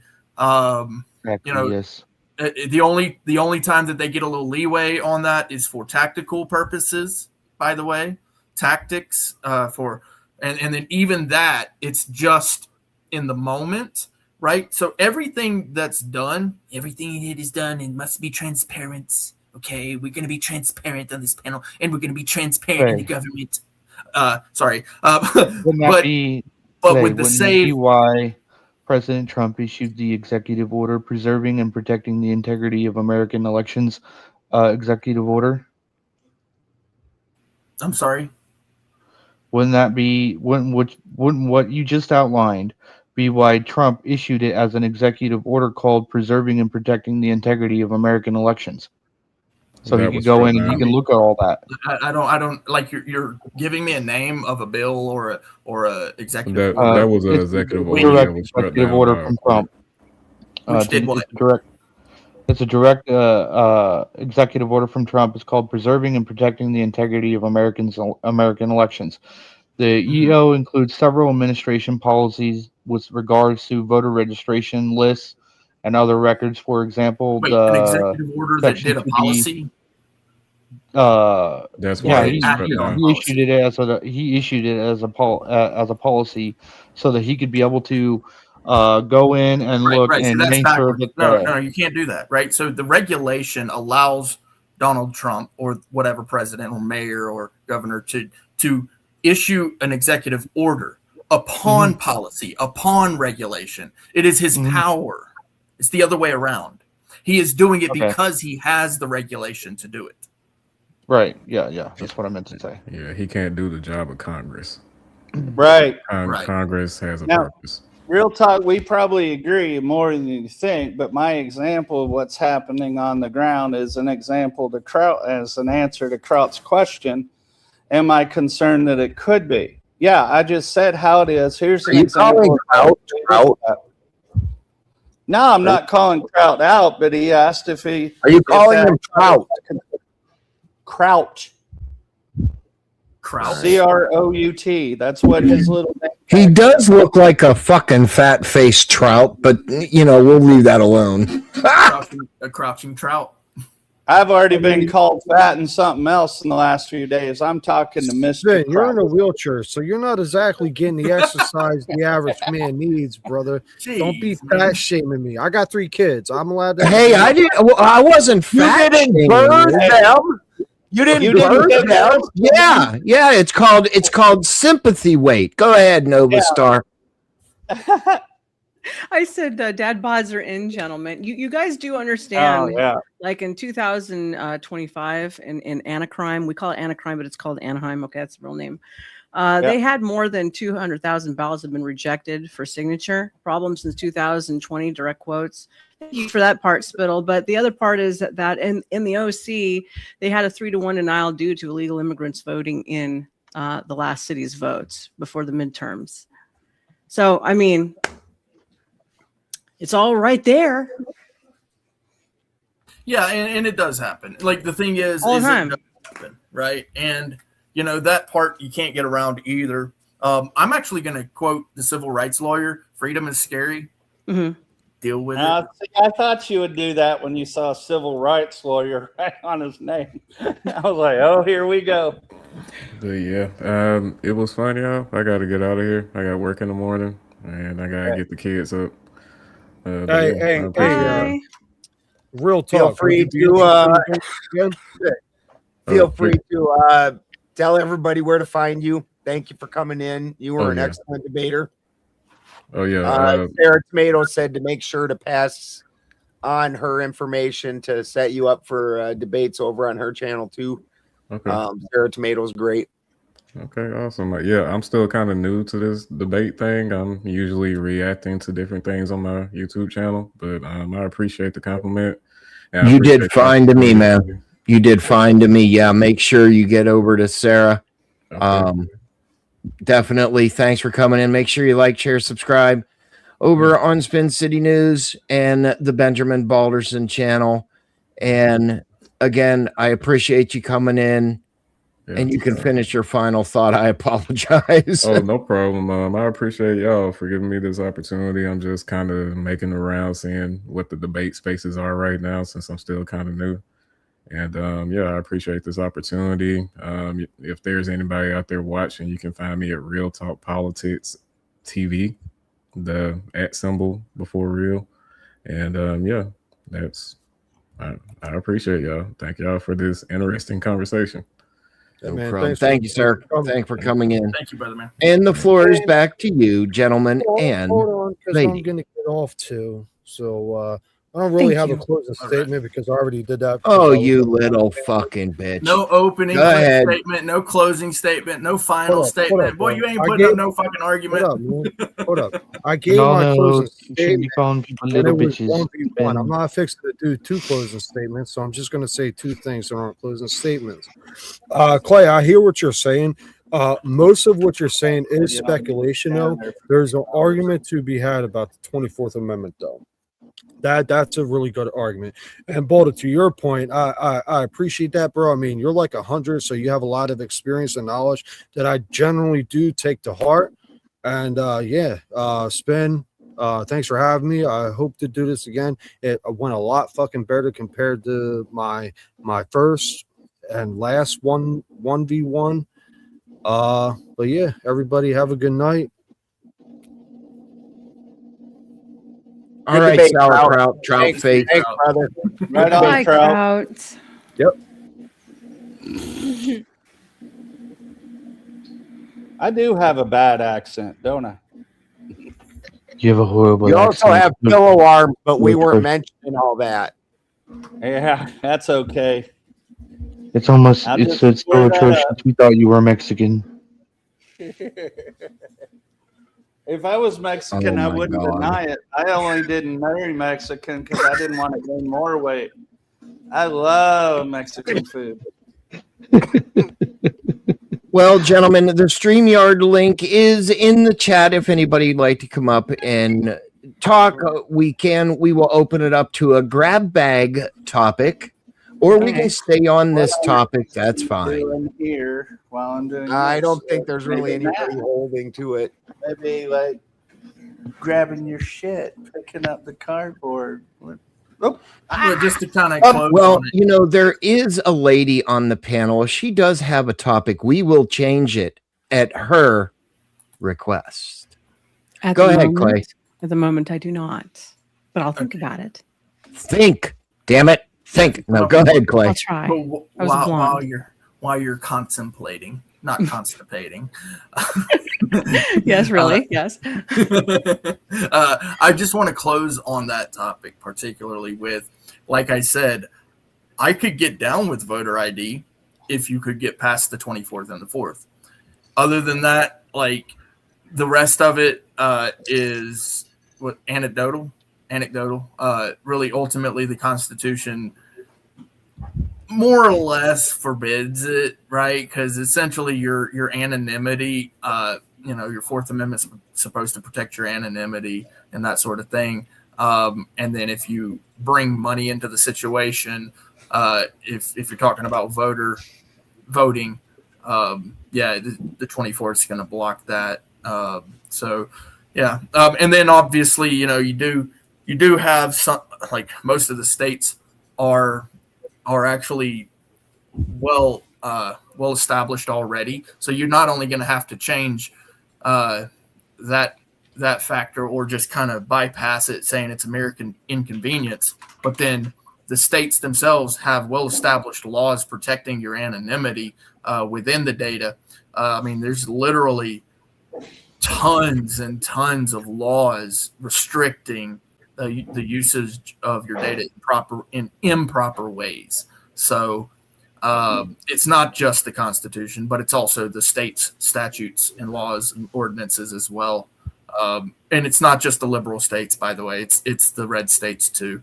All of this, like they don't all have as many restrictions. I think it's like well over 40 though. Okay, can I respond to that for a second? If your ID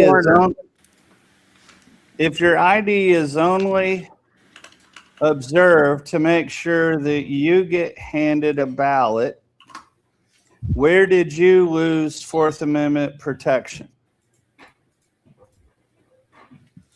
Well, that's what I'm saying. Is the ID, right? It's not for a ballot, guys. It's for registration. The whole act is for registration, and they aren't really changing anything about the voting in and of itself. Well, when I went to the polling booth, I was asked my ID because I was already on the voter roll. So where was my Fourth Amendment abridged? Did you do that? Did you do that at one of the party stations? No, it was a polling it was a voting location within the doors of the actual poll. Okay. Yeah. Yeah, because your party affiliation, your all that craziness, all that, it doesn't matter. I agree. Truth is, none of that matters. You can go in there and be like, I'm a leafy green American. That's my party affiliation. They're gonna look at you and be like, who the fuck cares? Well, they care when Democrats or Republicans are running party only. Arizona was famous for this. You had to be Democrat or Republican to vote on certain, measures, ballot initiatives and stuff like that.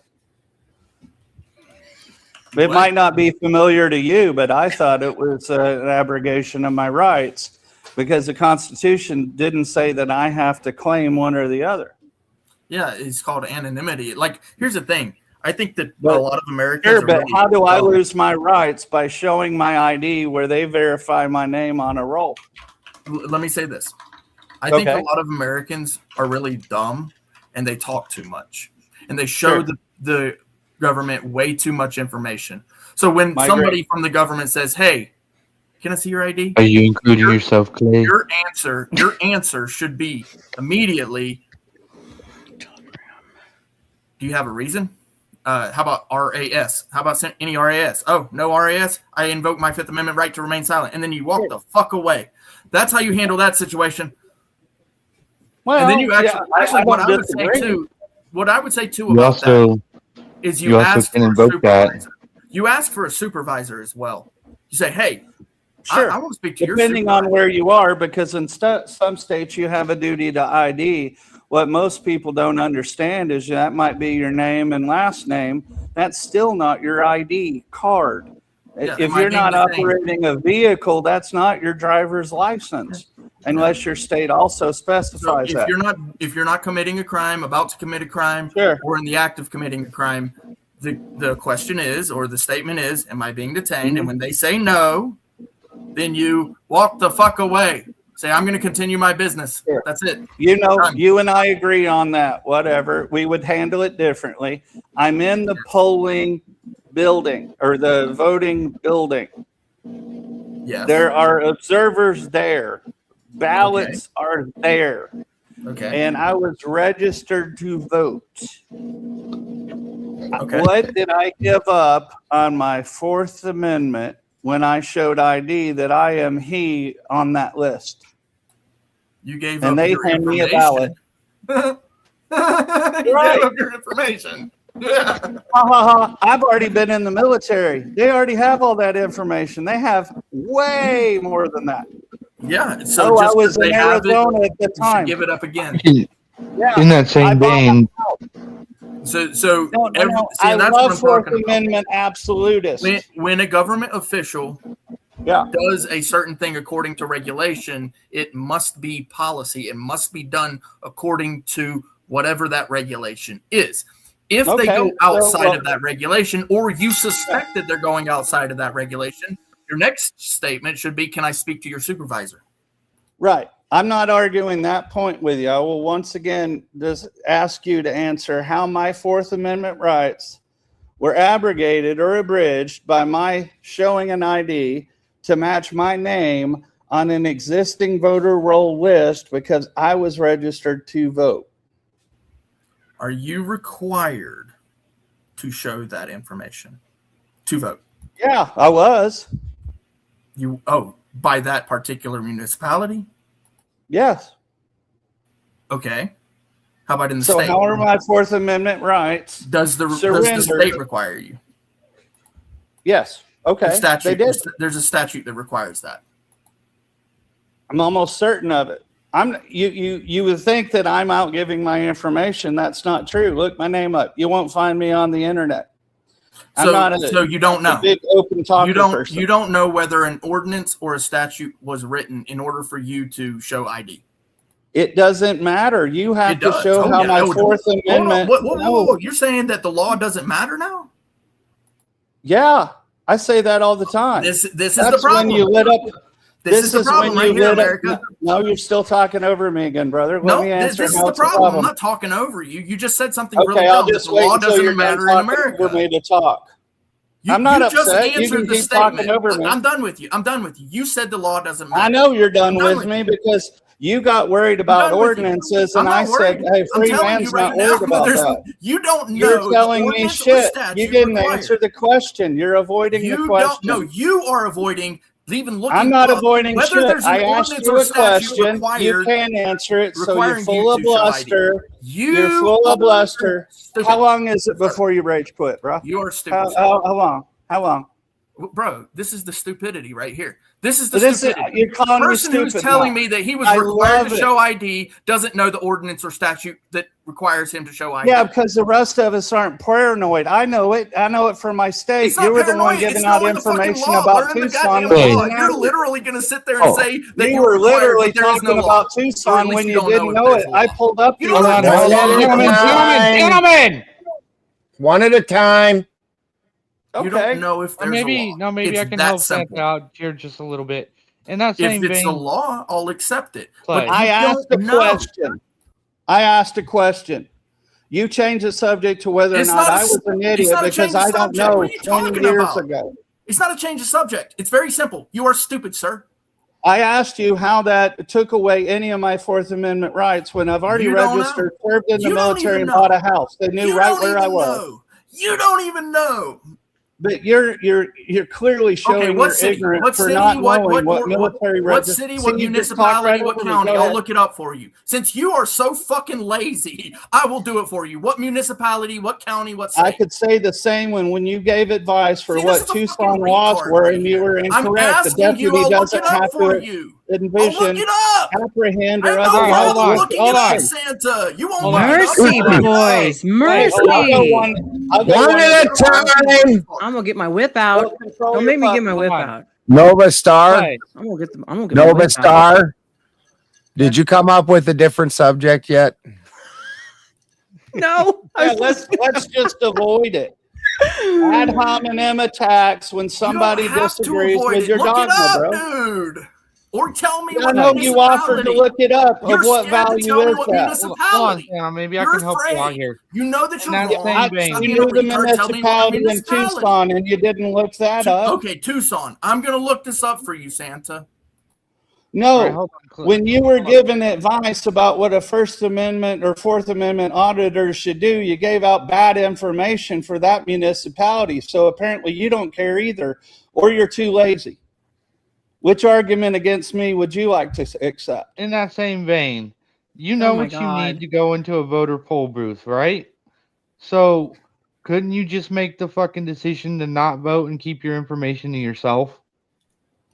Yeah, when I did that, the same people were all arguing about how I was a loser for not voting because it's pointless to do that, and except for local elections.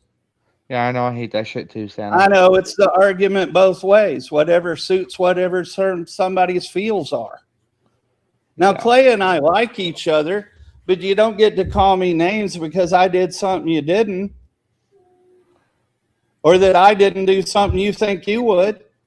If you're ready to a registration vote booth, you're already consenting to giving out that information to begin with. Exactly. I want to know how that was misused and it took away my Fourth Amendment when I already surrendered it. Just like a criminal surrenders their right to freedom when they do something they know is against the law. Exactly. Yeah, I agree with that, Santa. Okay. So if you where's if the you've argument? already given out your consent and you can make the choice to not go vote and keep and retain your information unto yourself, Sure. you're already giving out the consent to that information because that's what they're asking. It's just like going to Walmart and buying a product, right? You go to Walmart, you scan your credit card, the machine takes your information, it says you can walk the fuck out of here with whatever you want now. It's the same concept. So you're already giving out that info. You're already consenting to that information being given out. Sure. And that was 20 years ago, Clay. Go ahead and look through the archives of what it was 20 years ago, and that would be Mesa, Arizona, if you like. But they already knew that because when I purchased a house, all the paperwork had my address. That's how they knew which polling and voting place for me to go to.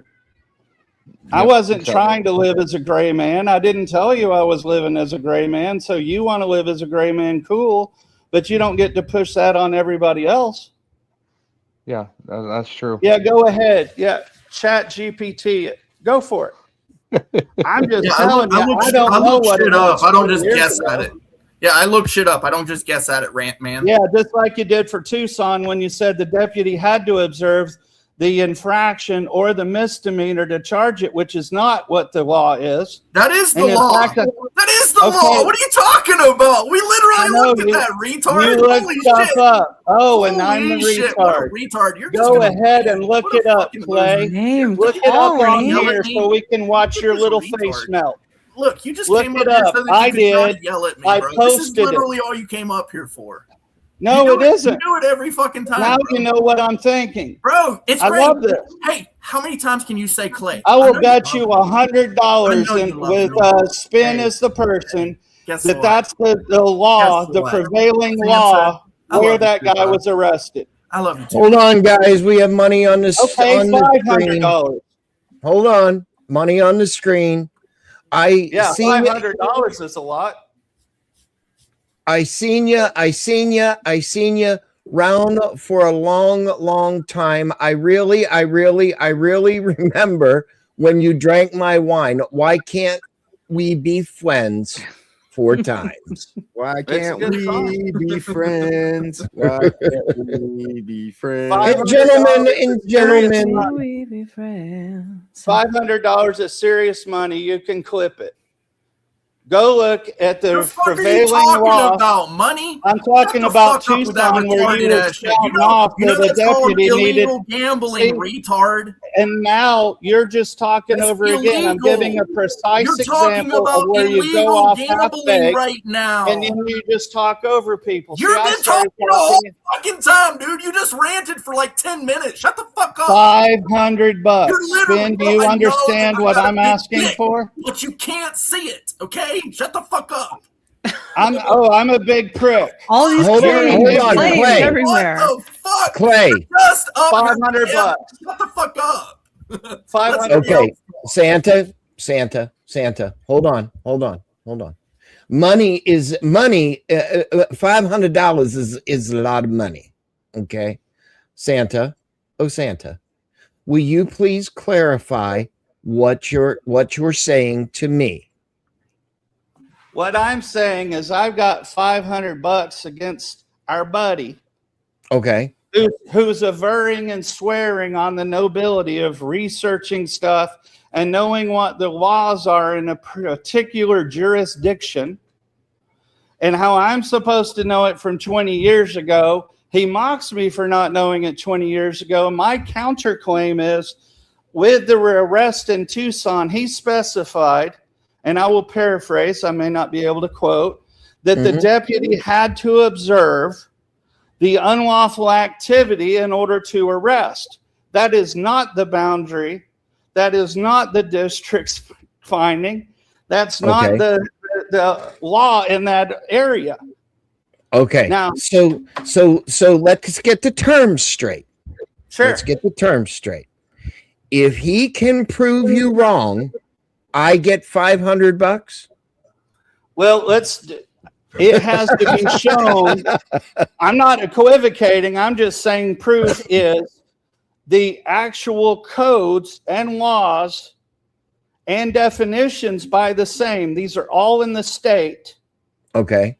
And they're in the county that says that an identified witness can provide a statement which provides reasonable, articulable suspicion and probable cause in the state of Arizona and where they were. That's why he could be arrested right then. The officers or deputies do not have to observe that behavior. Okay. Okay. All right. That's what I'm betting. I'm saying, don't tell me to do something that you were unwilling to do yourself when you opined.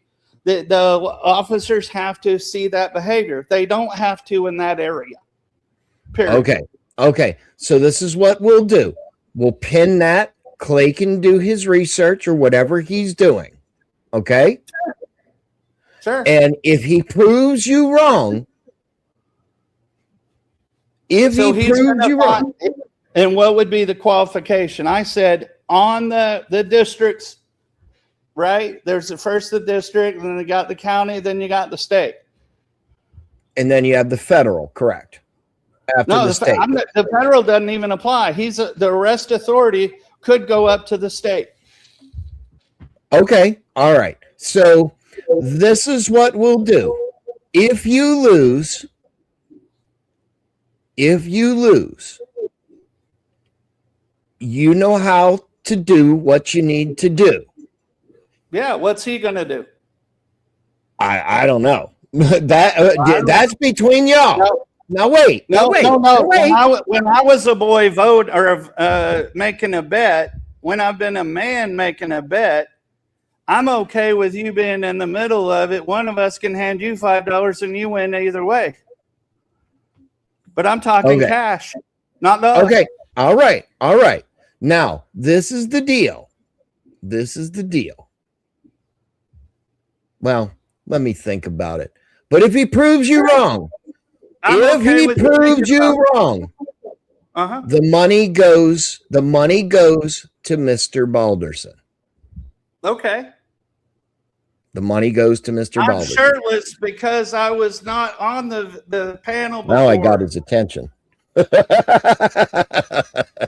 I got Ben's attention now.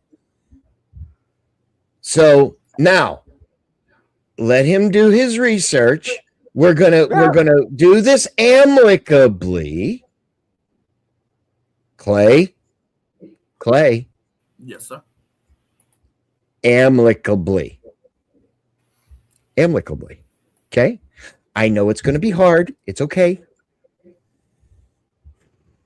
Yes, you can do that in your head, behind the camera, behind the screen. So I'm going to bring everybody back up. Clay, you have as much time as you need to prove him wrong or concede. So I'm innocent until proven guilty, right? Just like the jurisprudence of our wonderful country. Dun, dun, dun, dun. Okay. Let's get ready to rumble. Man, I love you, man.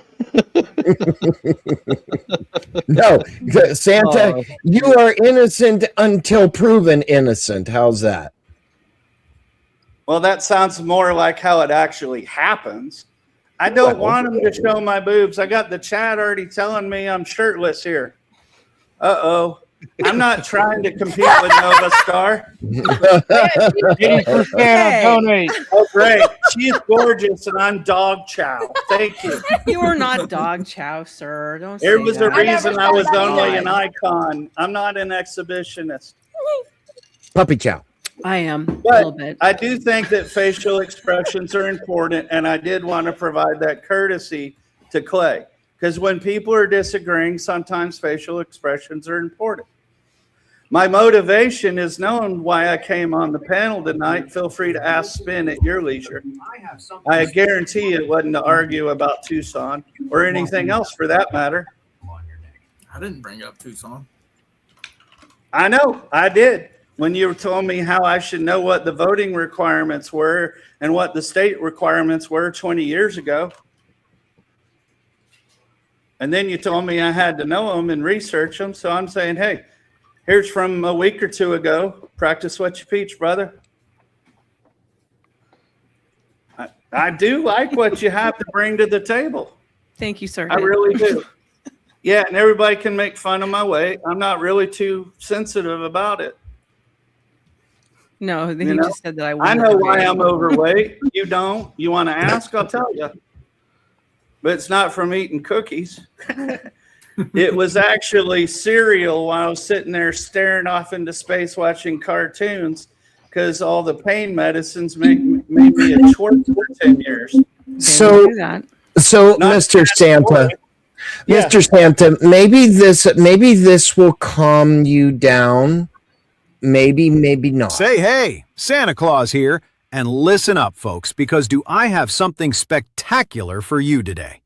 If you've been walking around with a testicle on your neck, and you know who you are, there is finally a solution. You need Mr. Balderson's Mega Blaster. That's right, the Mega Blaster. This incredible device works like absolute magic. Now, how much would you pay for something this amazing?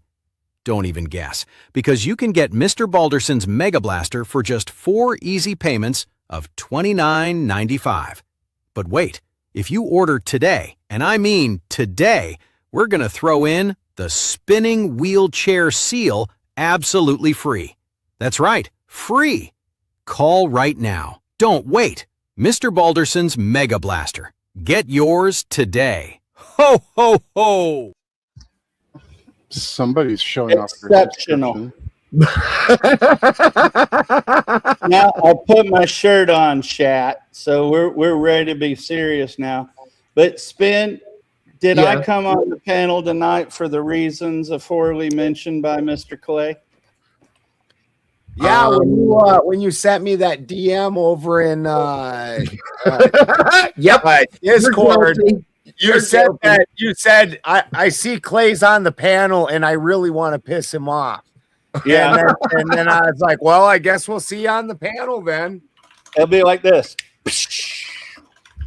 But as you mentioned before, Ben, why does your tool cost less than the liberal salty tears? Yeah, that's what my question was. How come I mean this thing that they're talking about with mine, the blaster, that sounds like a large potent tool, but Clay's fucking salty tears, he gets like 30 more bucks over it after that. Like, why is my thing so cheap? What the fuck? It must be an age thing. Now, see, right now I'm in a fine mood. On North Polar. Just don't blow smoke up in the air and call it macaroni or however those weird little state things go. There you go. Hey! Oh man, I meant Balder. You got something against Yankee Doodle? Oh my God! What is That that? was what I was trying to remember. I got these terrible balls on my chin. Meow, Balderson. That's a Balchinian. You need 2 Master Blasters. That's a Balchinian Nova Star. We have scissors for that.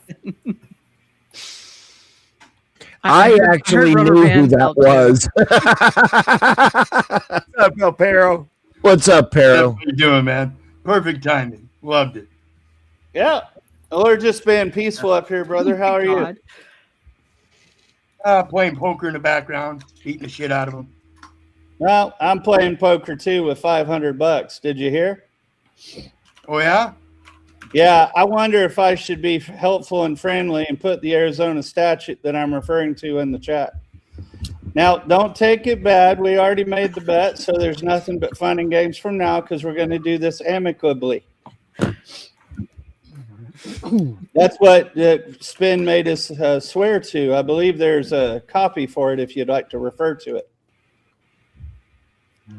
Amicably means we'll Sir, be friendly. Even though I'm right, and you have the innate ability to filibuster, to try to state that something happened that didn't happen. I think you can just call it Clay, filibuster. I know you ain't complaining about someone filibustering. I don't gamble ever. Oh, it's just not something I do. So you won't find a single place on any one of these panels, anywhere in public, anywhere in private, where you'll see gambling. How do you like maybe your the penny name? slots when I went out to Vegas. I literally I called it a bet. I didn't wimp away from that. You want to call it something else? Gamble. But even though I'm right, I will tell you I don't gamble. We'll call it a charitable donation. Would you feel better about that? No. Because I'm just asking you to put your money where your mouth was. I'll accept bragging rights if I post it in the chat and everybody can read it for themselves. Peer pressure is dog shit. How about you? I know it's called integrity. It hurts sometimes. It's not integrity. It's dog shit. So when I show in the chat that you're ridiculous about what you were saying about Tucson, what do you do then? Why If you need dog shit, I'm sure Benjamin Balderson can scrounge him up for you. If you want to pay Ben, that's fine. If you want to waddle away from your word that you already Ben, gave, you're in charge money right to now. Ben. Look, dude, I haven't talked. Bro, you literally just filibustering. You literally have been talking for the past 30 minutes now. No, you've been talking mostly for the last. What? What a fucking retard. Holy shit. I know. You I'm want a to talk retard. about amicable? Oh my God, okay. You made a bet and you backed out of it. Now the field. Now because the you're a surfing. retard. Maybe you're just crazy. Maybe you're I not know, retarded. but you like to Maybe check you're out just all crazy. the laws where you are. Maybe you're before you open legitimately your crazy, pothole. right? You know, they Yeah, have. maybe I am. I've been called a lot of things, but you're basing your identity on checking these things. Protect me for not knowing the voter registration. Why are you talking to me? Why don't you talk to somebody else, dude? Because you're wrong. Am I the only person on this fucking panel now? Holy But shit. the only person who said to me I was an idiot for not knowing Hi, it, I asked you. Santa. Hi, Santa. How you doing there? I Bye, asked Santa. you- You're a right. retard. Bye, Santa. I asked you how You're my being a Fourth fucking Amendment retard. rights All were right, man. violated. Thank you, I Spin. asked you how I my do the Fourth retard. Amendment rights Bye. were violated. This is retarded. Mercy This guy must is be in literally the just talking to you retardedly yelling because at you me provoked for him. nothing. Because he's a retard. He's a fucking Because you retard. can't answer it. Either he's a Because you're wrong retard or again. he's crazy. But I can't do the Oh, retard okay. of the motherfucker who just sits there and goes, Clay, you're wrong. Clay, you're wrong. Clay, you're wrong. Dude, I'm not going to do that. Why the fuck are you even here? Well, Why are you here? I was You want asked. to talk about voter ID? I did. Do you have any other topic? Are you having the authority now Bye, to Santa. suspend me from Bye, the Santa. council? Bye. Yeah. Bye, retard. I know, rage quit. Fucking retard. Do you have anything else to say than Name Clay, call. you're wrong? Clay, Do you shut the have fuck anything? up, dude. Anything? Nova. There's like up. 40 fucking Nova, people do in you the have chat. a new on the subject panel, yet, okay? Nova? I had Jesus a Christ. I could suggest Spittle helped me with this one. Change the subject to fake food Please products. suggest it, Nova. Fake food Please products. They are suggest having it. issues with it being imported via China, mainly China. You got it. Come on, Donald Trump, say China for me. China. They got rice of plastics, noodles from That sounded San and more Norwegian. pervy than fucking Donald Trump. It did a little bit. It did. Yeah, tasty stuff. Because in their culture, they have a saying: if you can cheat, cheat. Metals, shrimp with MAGA metals and chemicals. Yeah, wow, that's pretty bad. So if you guys want to take a look, see at that, let me know. Repeat your prompt. Here, I'm gonna post it in the back. Fake foods, not just Coming imported from China, full of metals, plastics, all kinds of crap is in there. Here, I'll put it in the back right here. The food that we're importing from China is full of metals and yeah, it's fake food. Fake food other products. other good things. Mm-hmm. I would not buy anything from mainland China. So did I win the bet yet?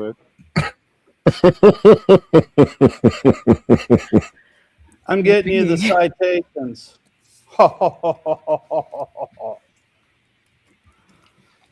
Because as we know,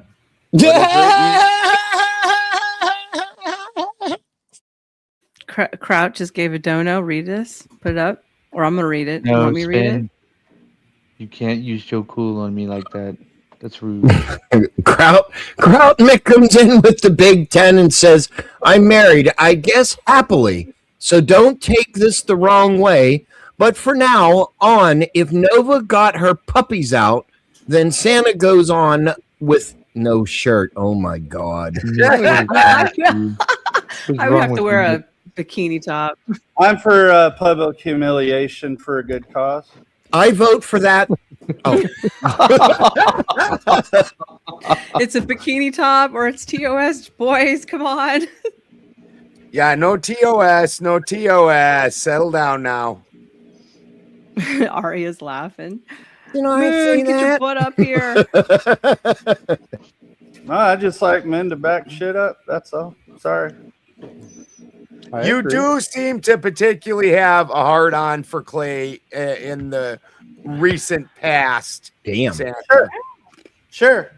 David Maybe it's says, a collection of times that I might have been called a retard and I don't know what I'm doing. So before I formed my opinion about Tucson, even after living in Tucson and understanding something of the statutes there, I knew it was wrong, so I went and looked it up.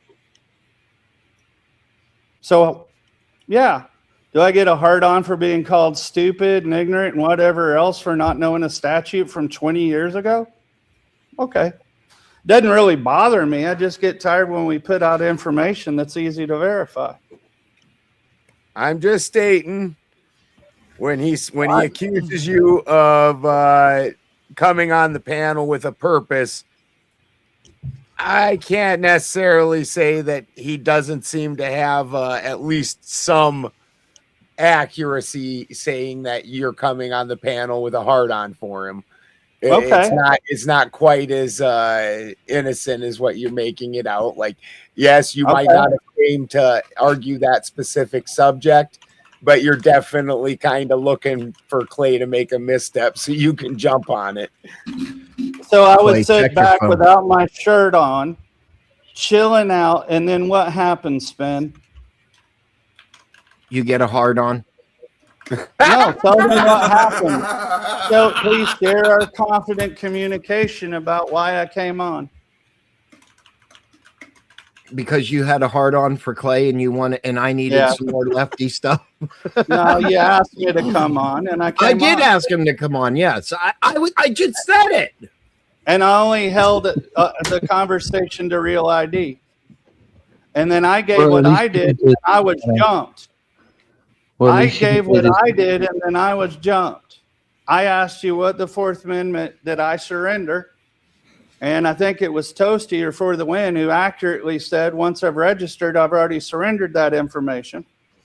And you said, what was the state law? I said, it doesn't matter. I already surrendered it. So me answering your question is you getting jumped now? Is that how that works? A question that you asked, by the way? I hope you're not jumping him. Because you started calling me names. Is that how you answer questions to other people? Sometimes. Maybe. Yeah, let me tell you, Santa, I've known Clay a while. Sure. Sometimes those retarded things come out of his mouth. and he calls people retards. Do I seem particularly offended? Not really.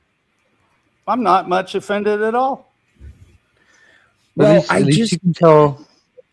At least you can tell Mrs. Claus that the downstairs equipment still works. And it does. And it does. For 500 cookies. You know, the elf really does not need to hear that the junk in the trunk works. Okay.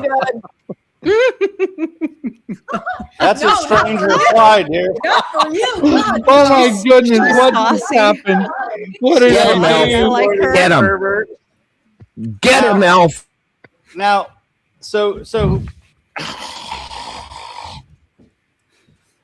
okay. Well, we'll just make allotments. So I'm not a part of this community then, right? I'm not feeling tears. Okay, this is logic. We have to change the conversation because we don't want to have the argument. Okay, that's cool. Well, we're changing the conversation because in the last week we've had a real fucking streak of, and you've both been involved in it a couple times, of fucking spurging out and then ending the fucking show. And as my fucking show and Spin show, we would rather that not happen again this fucking week. So if that's cool with you, I'm gonna try and move on to another fucking subject. Is that cool? Yeah, well, what's cool with me is I was involved in one of them. Again, like I just pointed out. So I would like to avoid another one. Okay. So let's I just pick presented the law.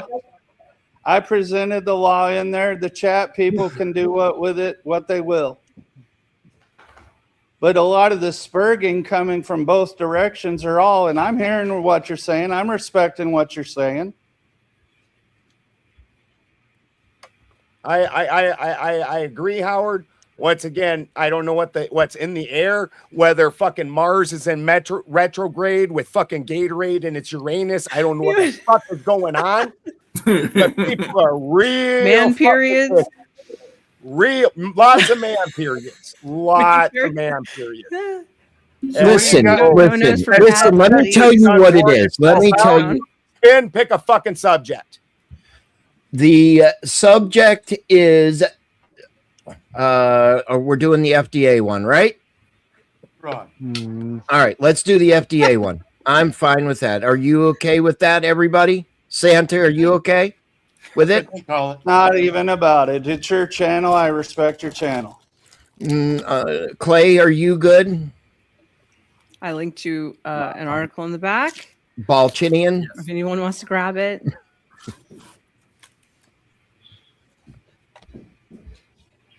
Okay, seems like everybody's good. Wow. Go ahead, Nova. You can read some of that article. Okay. And we will change the topic. Santa, take your nose spray. Some nose candy? What? I didn't say that. Did I say that? I'm chill. That's that when I'm styling and profiling. Hey, Balchinian, I think you need to take a drink. Oh shit! All right, you ready for me to read? That's some hard stuff, guys. Hey, the next $10 super chat to Mr. Balderson, Balchinian has to take a drink. A shot every time. $10 donos. He gets a. Oh no, he can only do one. Yeah, I gotta stick to my principles. Yes. So the next $10 super chat over on the Benjamin Balderson channel, the Balchinian has to take a drink. Now you want somebody that doesn't have principles? Go get Caucasian Sasquatch. He's up for it. Okay, He's got principles. Just not having a lot of drinks is not one of them. All right, there you go. Miss Nova Star, please I was waiting for you to prompt me, sir. You have been All prompted, right. stomped, and voted for. $100 dono to me, and I'll put on a bikini top. Okay. Economically motivated alteration, EMA, occurs when someone intentionally leaves out, takes out, or substitutes a valuable ingredient or part of a food. EMA also occurs when someone adds a substance to a food to make it appear better or a greater value. For example, when manufacturers add a cheaper vegetable oil to an expensive one, they call it blending. You have to pay attention to your labels now, kids. A lot of attention. They are cheating the customers. We refer to this type of EMA as a food fraud. Okay, so we're talking about food frauds, and it's happening all over the place. It's a common type of EMA that the FDA deals with, but EMA also occurs with other products, including animal food and cosmetics.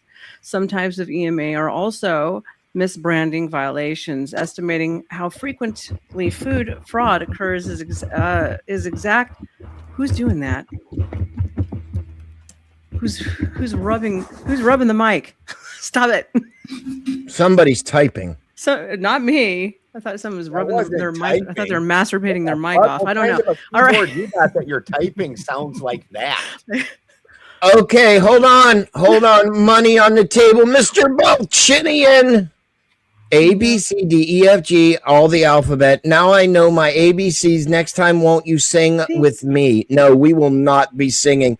Mr. Balchinian, you need to take your drink, sir. You're on. Bottoms up. Ooh, whiskey. No. Shine. Oh, damn. You're muted, Balchinian. Homemade shine. Damn. Just that tip right there already got him tipsy. Woo! Damn. Yes, sir.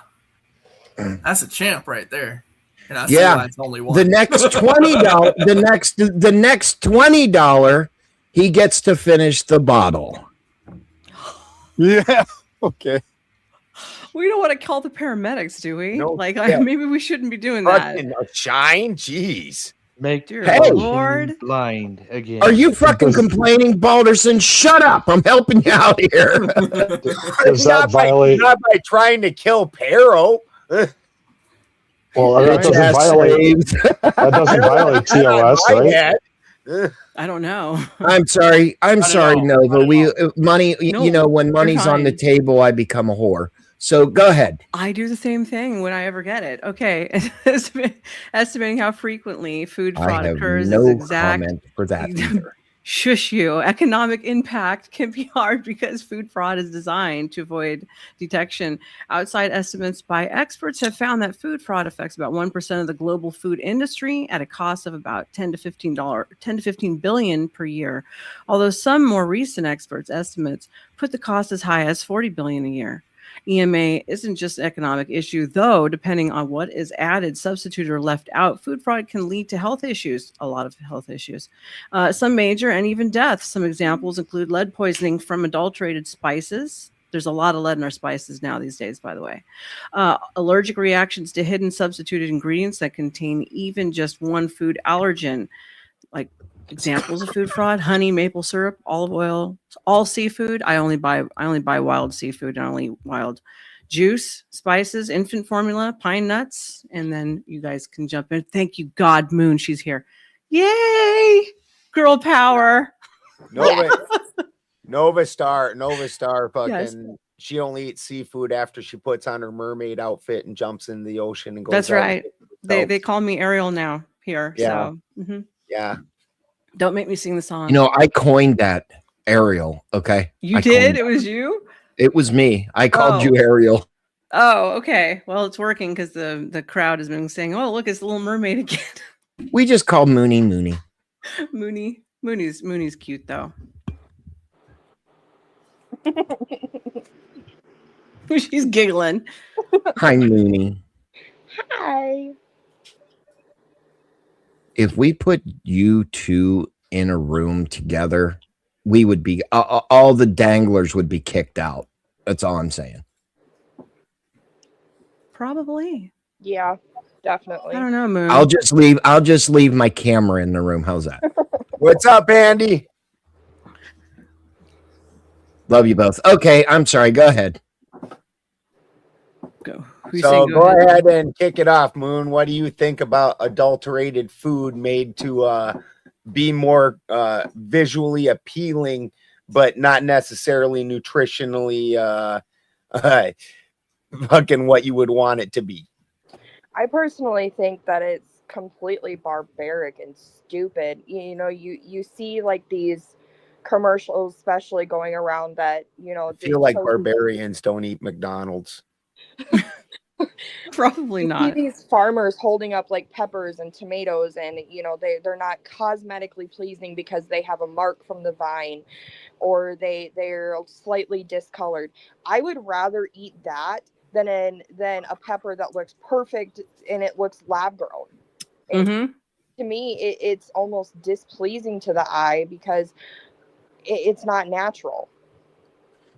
And we have money on the table over on pill.net. Drunk Pinata sends in the can.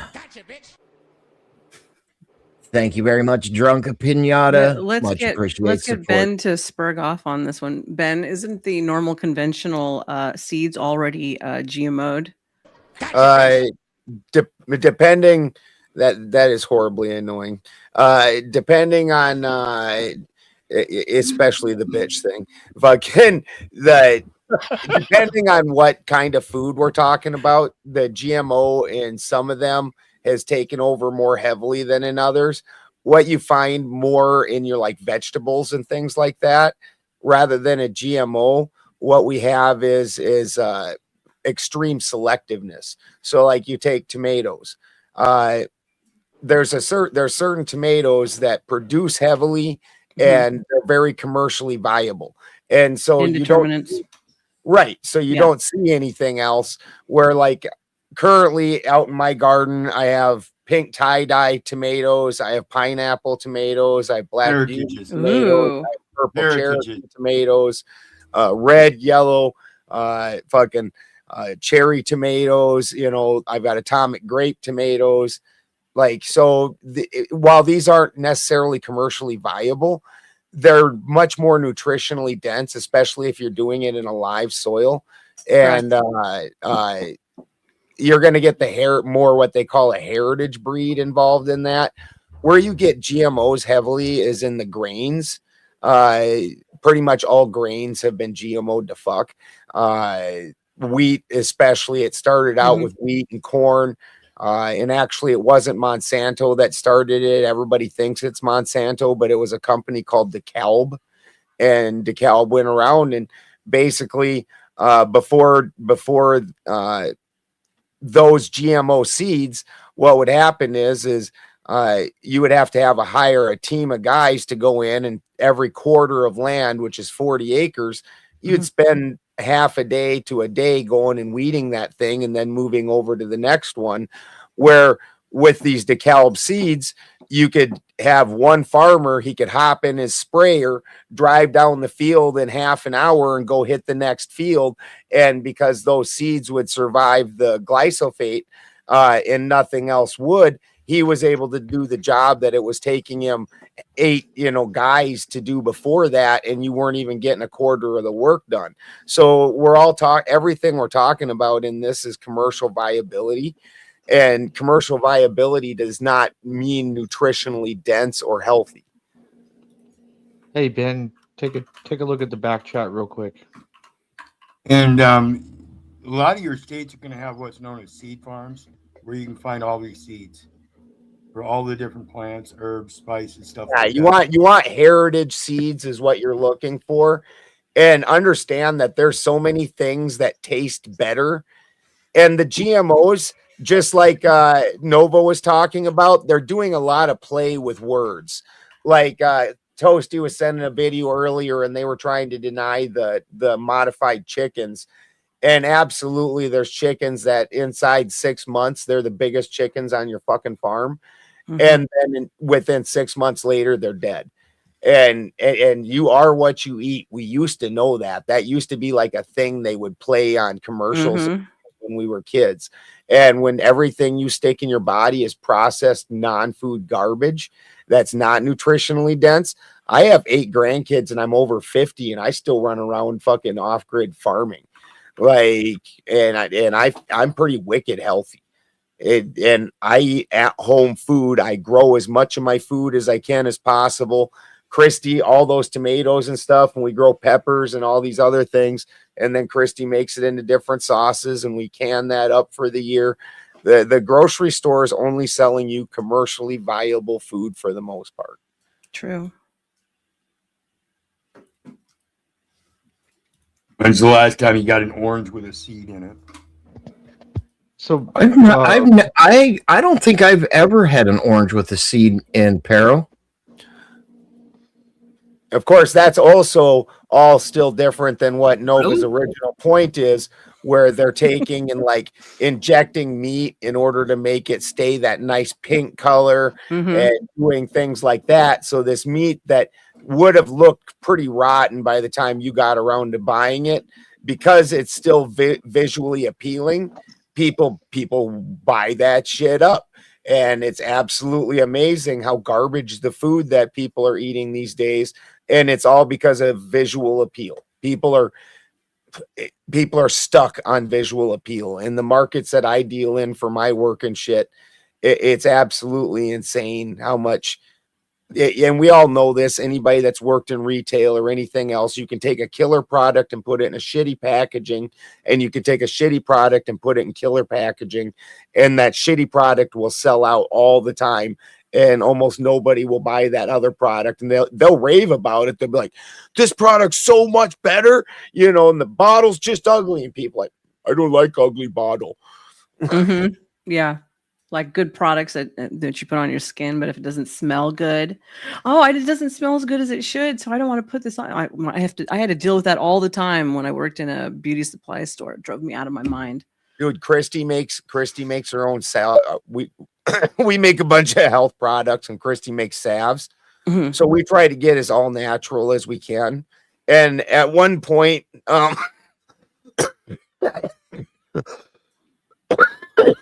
it was the cocoa butter, and we found a source that was giving us the raw, not adulterated at all cocoa butter, but it had like a yellowish tinge to it. Was it the Shea? Anyways, the other version was completely white. We got nothing but complaints about the more natural version because it gave it a yellowish tinge, and people were like, oh, I don't like that. People are so weird. Do you know what chemical that they use to make the meat stay more red and pink? I think it's an ammonia base, is it not? Yeah. Yeah, I was right. Yeah. And the shrimp in, like, say, Indonesia and other places are grown in the gutters. So everybody, you're getting farmed, guess where it's coming from? And it's grown in gutters, and they use bleach.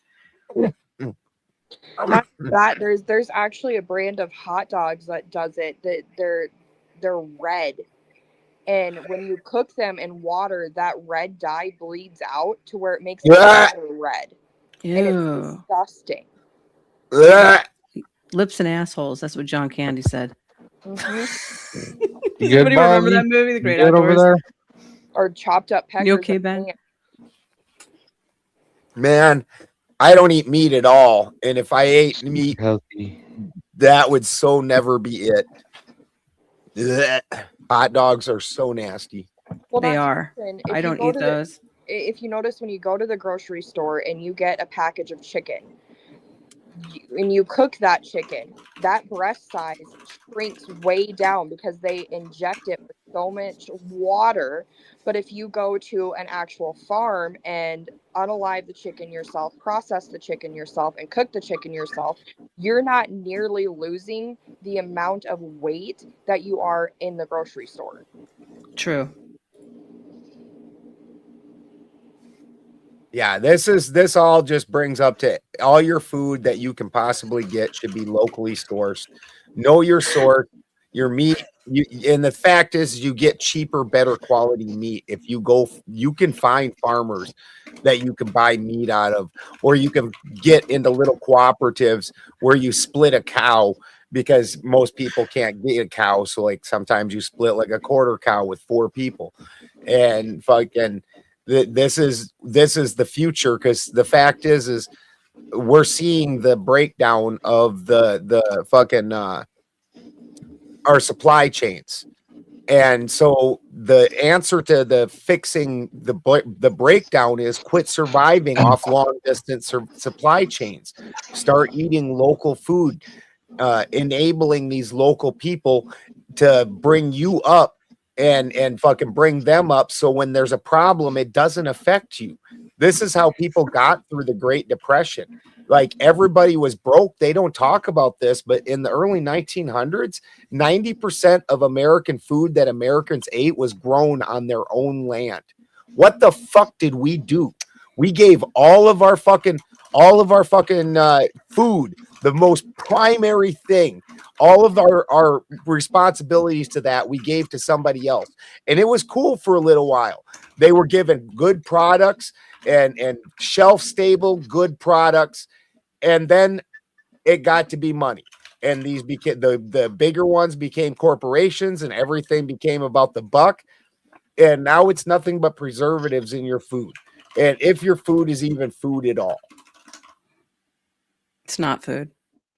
it's not. The outside edges of the grocery store is the only place that any food exists. Them center aisles, they're garbage. You know, I'm not allowed to have conventional wheat anymore because of that double spike protein on it, Ben. Yeah. Well, the original, so the wheat's been fucked with the most. So the original wheat, like if you get an ancient grain like an einkorn, I'm sure that you can eat that just fine. That's what I'm eating now. Yeah. Yeah. But the first wheats were altered in order to give them that heavier gluten. And it's not the gluten people have problems with so much, but it is part of it because it's not natural for it to have that much gluten. But the gluten, if people don't know, is the part of it that makes the dough stretchy and stick together and fluffy and rise. And fluffy and all that. Yeah. That's the gluten. Finally, somebody tells me what fucking gluten is. Yeah, it's the glue. I would have It's told the you if you glue. asked me. Well, protein when you're looking at the seed in and of itself, you've got the hard outside. When you crack the hard outside, there's like a white pasty stuff in there. And then inside of that, in the very center, is what they call the germ. And that is the actual life. And so what that gluten is the food for the germ. And so what this is doing is just making it a heavier, stickier gluten. And that's been altered for years just for ease of making pastries and baking products and things like that. But then they further GMO'd it in order to make it so it was tolerant to glyphosate. And that's when you now really, and that happened back in the early 90s. So now we're seeing the byproducts of that, the generational problems that are developed. You see a lot of young kids. Christy, one of her sons, could not have any wheat or anything like that because of it.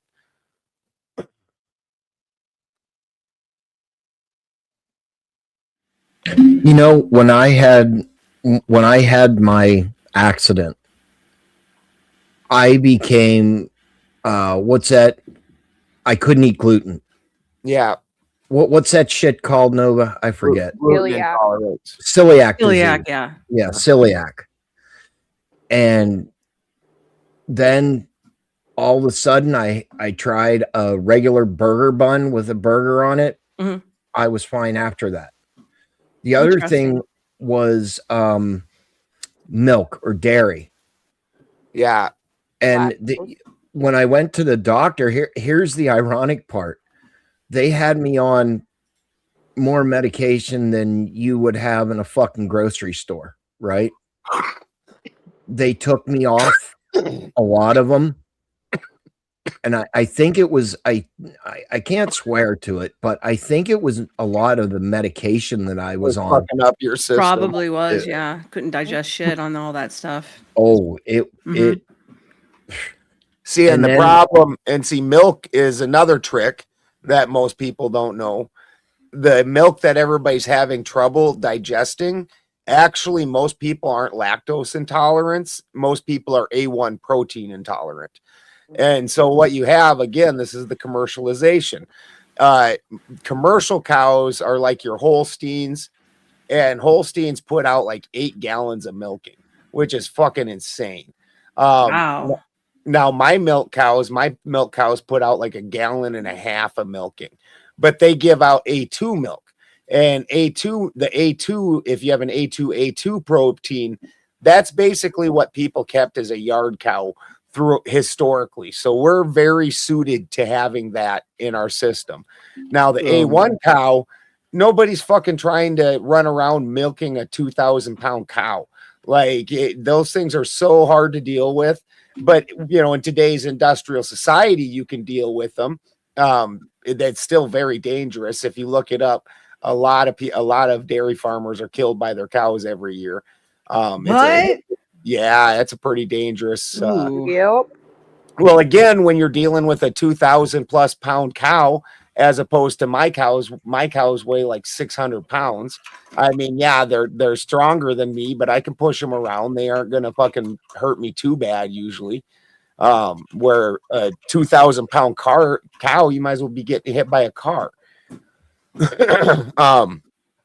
But again, they produce eight gallons. My cows produce 1.5 gallons.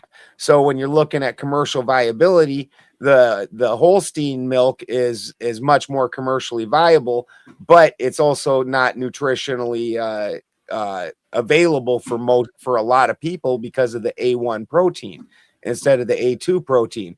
And then furthermore, in order to keep your milk, because people don't want to deal with locals, they have to pasteurize their milk, because if you didn't pasteurize your milk, then by the time it got to the store, because here's the deal, raw milk takes about 4 days to start getting funky and tangy, because it's got the pieces in it that start breaking the milk down. It's alive.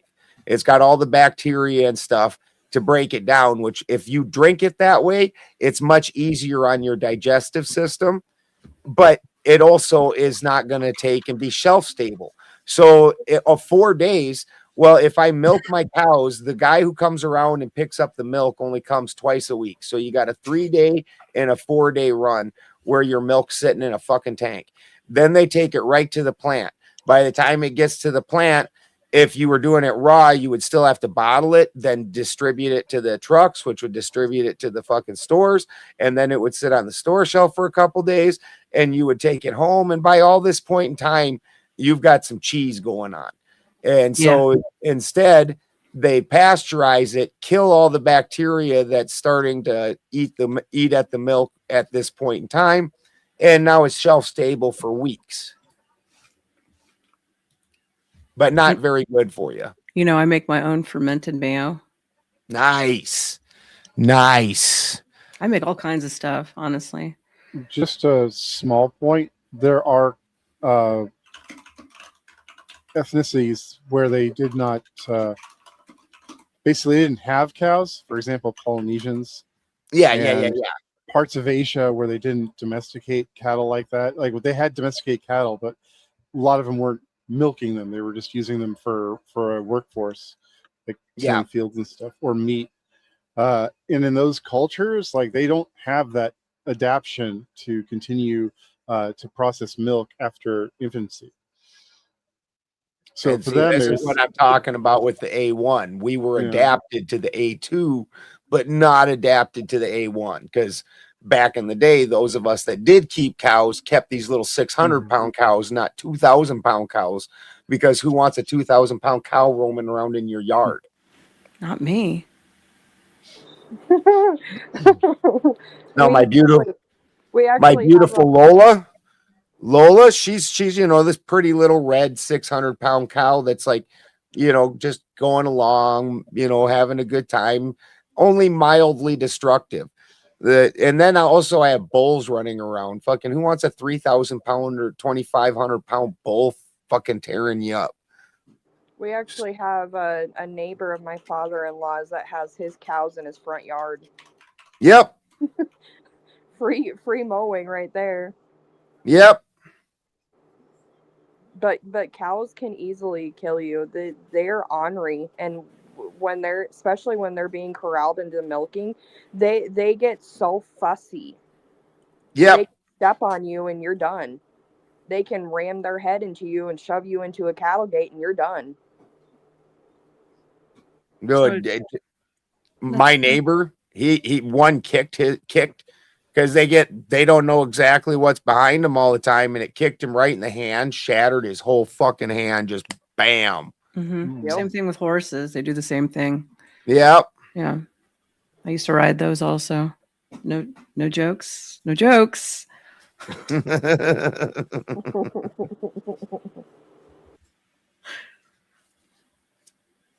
They'll bite you. They'll kick you if you don't see you. Oh yeah. All right, guys, That's what he start said. finding another subject. You're That's slowing what down. he said. I know, right? Or she. But yeah, at this point, and the reason that this is always kind of a flat subject is because then also nobody really wants to change the way they eat. People That's like true. people like throwing in things in the microwave. People like the 5-minute meals. That's People true. like the full belly. And the fact is they make those foods. They have chemically engineered them to have a taste that natural foods do not. And you become dependent on it. Plus, I don't need to eat a whole lot of that stuff though. I make most of my stuff from scratch, or as much. That's what I do or at least too. just from scratch as I can manage. I'm not grinding my own wheat. Yeah, I don't own a microwave. I got rid of it. grind your own I don't weed? either. Wheat. Yeah. I would love to grow my own weed, but not. I actually do grind my own. We have our fucking mill, and we have 4 different kinds of wheat, including ancient grains. That's why I know like einkorn and shit like that, because we have those grains. If I ever get back to beer brewing, I might just start doing my own grain grinding, because it'll make sense at that point to have the equipment for it. Dude, when I get back on track and we're making money again, fucking, because we just went through just a giant collapse over here, and That's what I things are heard. just, oh dude, horrible. Like all the fucking shops downtown in every city is just dead. Like it's so bad over here, and it's starting to look up now. But fucking, when we get some more money, I want to get Christy the double lot. There's a grinder, fucking so nice grinder. It's a layman's, and it's a double lot, which means that it grinds the grain down to fine enough powder to make things like fucking phyllo dough and shit. Mm-hmm. Yeah. Oh, nice. Yeah.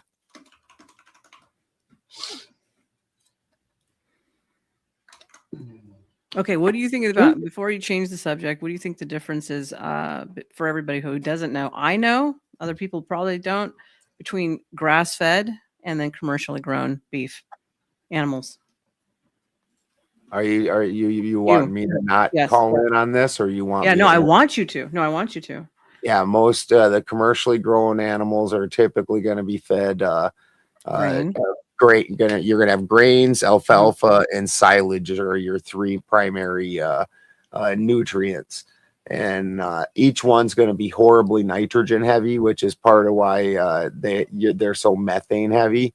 On your grass fed, it doesn't do that, but it also bulks them up way faster.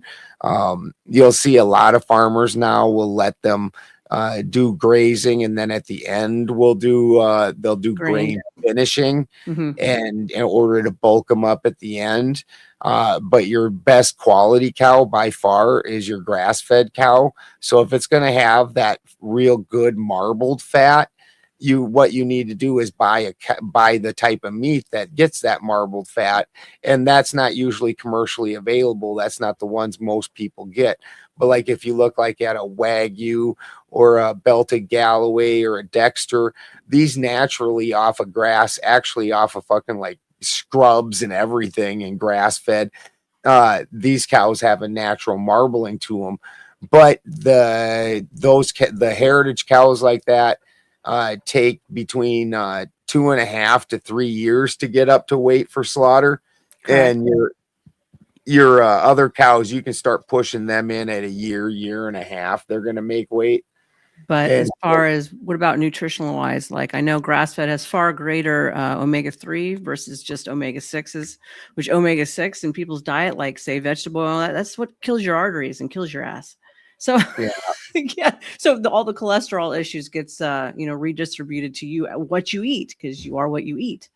Yeah, well, and it's interesting because even in their manure, so when you get part of the reason that most people think of cow manure as hot is because they're getting fed in alfalfa, which you can smell the nitrogen in alfalfa. Oh, really? And then, oh yeah, you can smell it. Alfalfa's rough smelling, and then seed grains, you're getting this super heavy nitrogen load in it. Where if you're just getting it grass fed, and forage fed, their manure will break down within months, and it'll be bioavailable for plants.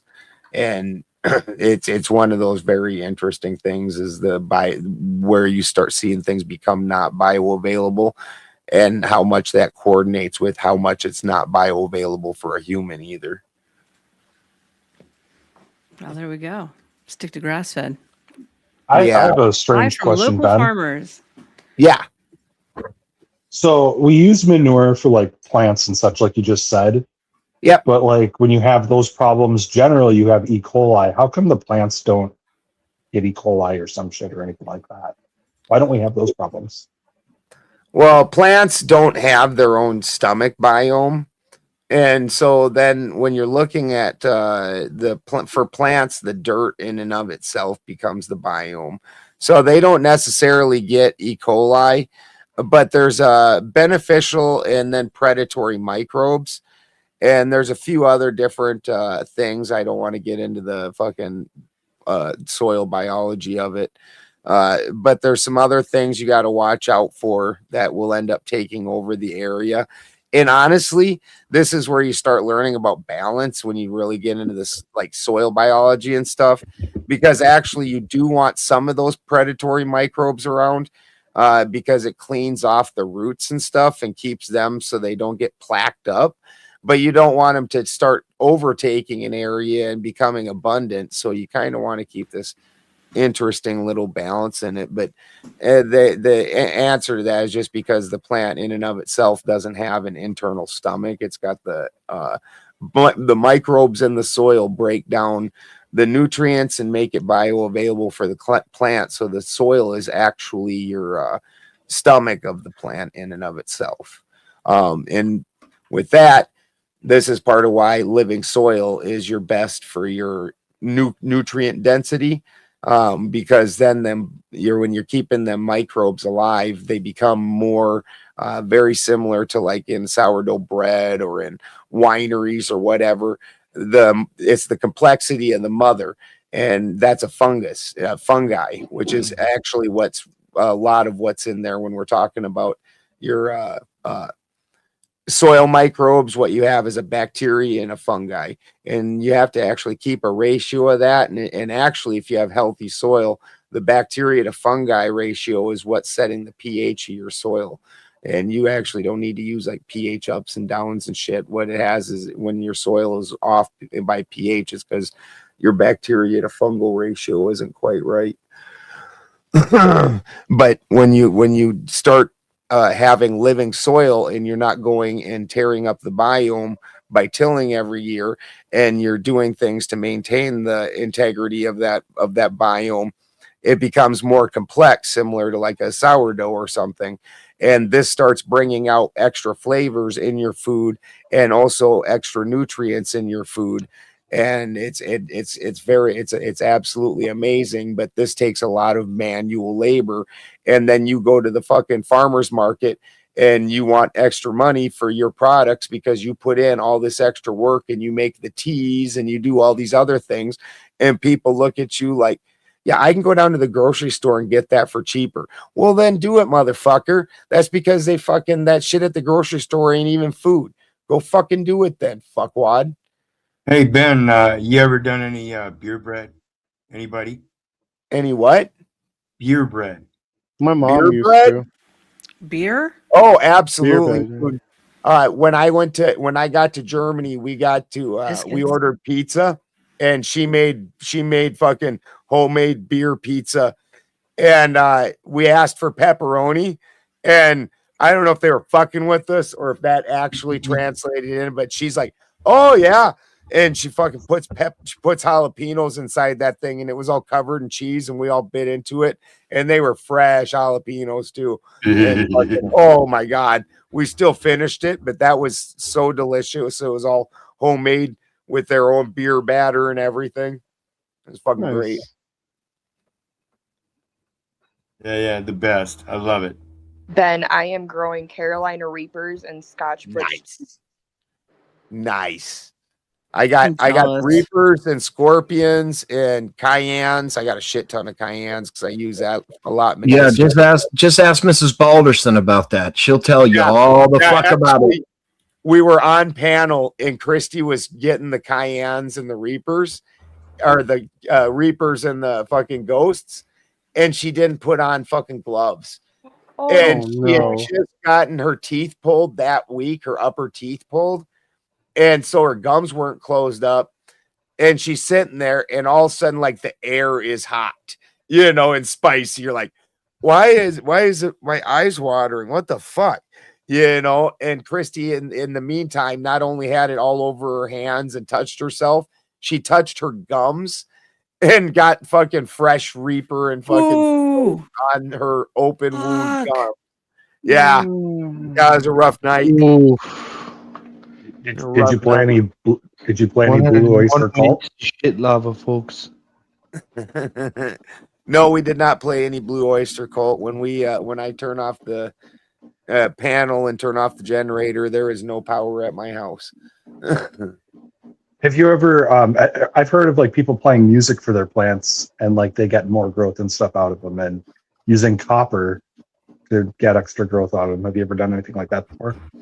The electroculture thing. What I have a problem with, in today's society, they make everything so kitschy, just fucking cheap and garbagey.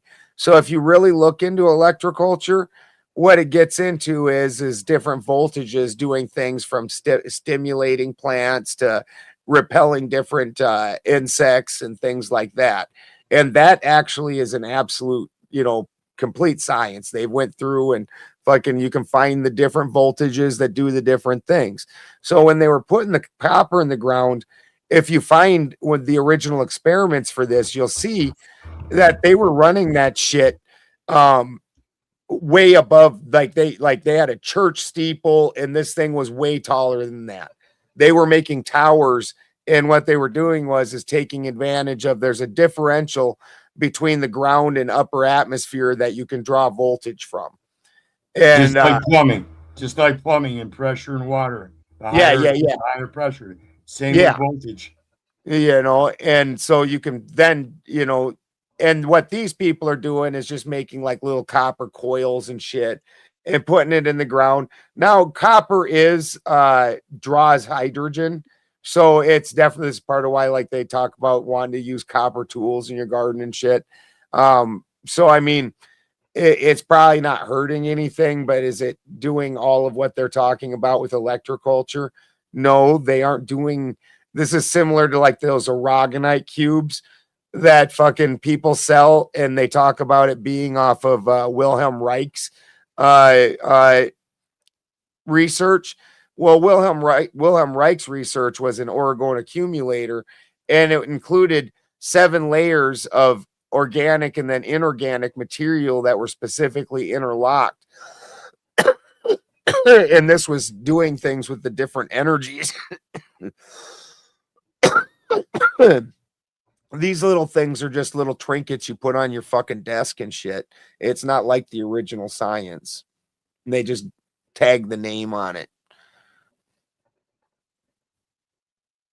That's how I feel about the electroculture too. It's not like the original science. They aren't making 100-foot tower to do it. I did see like a friend, she bought, I think she had like 10 copper rods and she put it in her plot, and there was like a whole community garden. Everyone had a 10 by 10 plot. When I was there, like it was like probably like 2.5-3 months into the grow season, her garden was significantly larger than everybody else's garden there. So I don't know if it was that or what, but like I think there is something to it. It's hard to say because that's not really a very good scientific method to it. It's saying at the very least that she's a good fucking gardener, but we don't know what everybody else is doing to their plants and soil. If she's doing things like that, it sounds like she probably likes taking around in her garden and really taking care of her plants, and good for her. And she's probably a fantastic gardener, but if she really wanted to do the test, she would take 2 raised beds, make one batch of soil that she distributed to both beds evenly, and then every time made sure she did the exact same thing, that the 2 were under the same sunlight conditions, and that she fed exactly, watered exactly, the whole 9. The only difference was one bed had these coils and the other bed did not. And if she showed a difference, and I had some friends that did it, and they didn't really, they did inside their personal gardens, they didn't really see too much of a difference. I've seen videos of people on YouTube saying they got a pretty substantial difference. It was an interesting, probably 2 years ago, the electroculture community really kind of popped up. But like I said, if the primary deal on it is you're trying to find voltage and either stimulate or repel pests, and you'd need enough to get that voltage. Or again, your copper draws hydrogen. Hydrogen's great in the water or in the ground. It's good stuff. Well, and I was going to say, a lot of times you'll find that when you get those results, it's not just one thing. It's many things that they're instituting in their growing patterns. So they're using natural fertilizers. They're doing it in specific places in their garden, using specific neighboring plants, things like that. They're using multiple tactics, and that's why they have those results. Again, it's the knowledge base and being able to use all those different tools. Well, it was in her case, like there was probably like 20, 25 plots. Everyone had a 10 by 10. And in her section on the corner, she lined the whole garden with little miniature American flags. So I don't know if the plants were more patriotic in a sense, and that's why they were bigger too. I don't know. They say that that's, if you ever look at the Masaru experiments, pictures and things like that have effect on seedlings and on fucking seeds and on water and on things like that. So that's very interesting what you're saying right now. Spin, I have to go here in a second.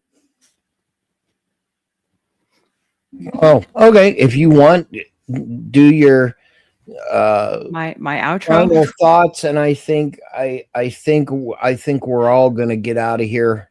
Okay. Very directly after that, Ben. What do you think? We've been 3 hours and 30 minutes. Yeah. All right, so Miss Nova Star, Yes, Nova sir. Star, your final thoughts on the panel, ma'am. Final thoughts on the panel is Mars Yeah, is Peggy. being retrograde because all the gentlemen are at each other's throats. I have pads for everyone. If anyone need one, I love you all. Come see me tomorrow at School of Thought, THOT. I will be doing an episode on more conspiracy theories of who the new Jack the Ripper might be of Hollywood. Thank you so much for tuning in. I'll see you again soon. Bye. Oh, good, Nova. Me and Toasty will be there. We have some more reflecting stuff for you on the pool. Holy fuck. Mooney, your final thoughts The on reflecting pools. My final thoughts are eat the ugly looking vegetables because they're natural, they're actually taste good. Continue the chaos and don't be a moron. Awesome. Mr. Clay. Oh, Mr. Clay. You're what fun. Oh, what fun this was tonight. Thanks, Oh, guys. what fun it is to ride in a one. Oh, sorry. Yeah, speaking of picking on Santa, for my closing, I would just like to address the statute that he provided. There are exceptions for certain misdemeanors. And being as we were talking about a specific subject that day, public nuisance is not one of those exceptions. Those exceptions fall under the categories of domestic violence, traffic accidents, DUIs, criminal trespass and assault, shoplifting, and theft. Those are the exceptions in that particular statute. Now, if you actually go to the part 1 of that statute, or no, part 2, excuse me, it says a misdemeanor has been committed in the officer's presence and probable cause to believe the person to be arrested has committed the offense. So there are certain misdemeanors that, yes, you can commit outside of the officer's presence. However, those are the exceptions. We were talking about public nuisance that day. Public nuisance is not one of those. And particularly for public nuisance or those other types of things, there's a long form complaint, and particularly that incident, the neighbor would have had to fill out the complaint. The officer would have actually had to take that complaint form to the county attorney's office to get a summons. And then on top of that, stacking the charges, right? The charge actually would have had to be valid in the first place, the original charge.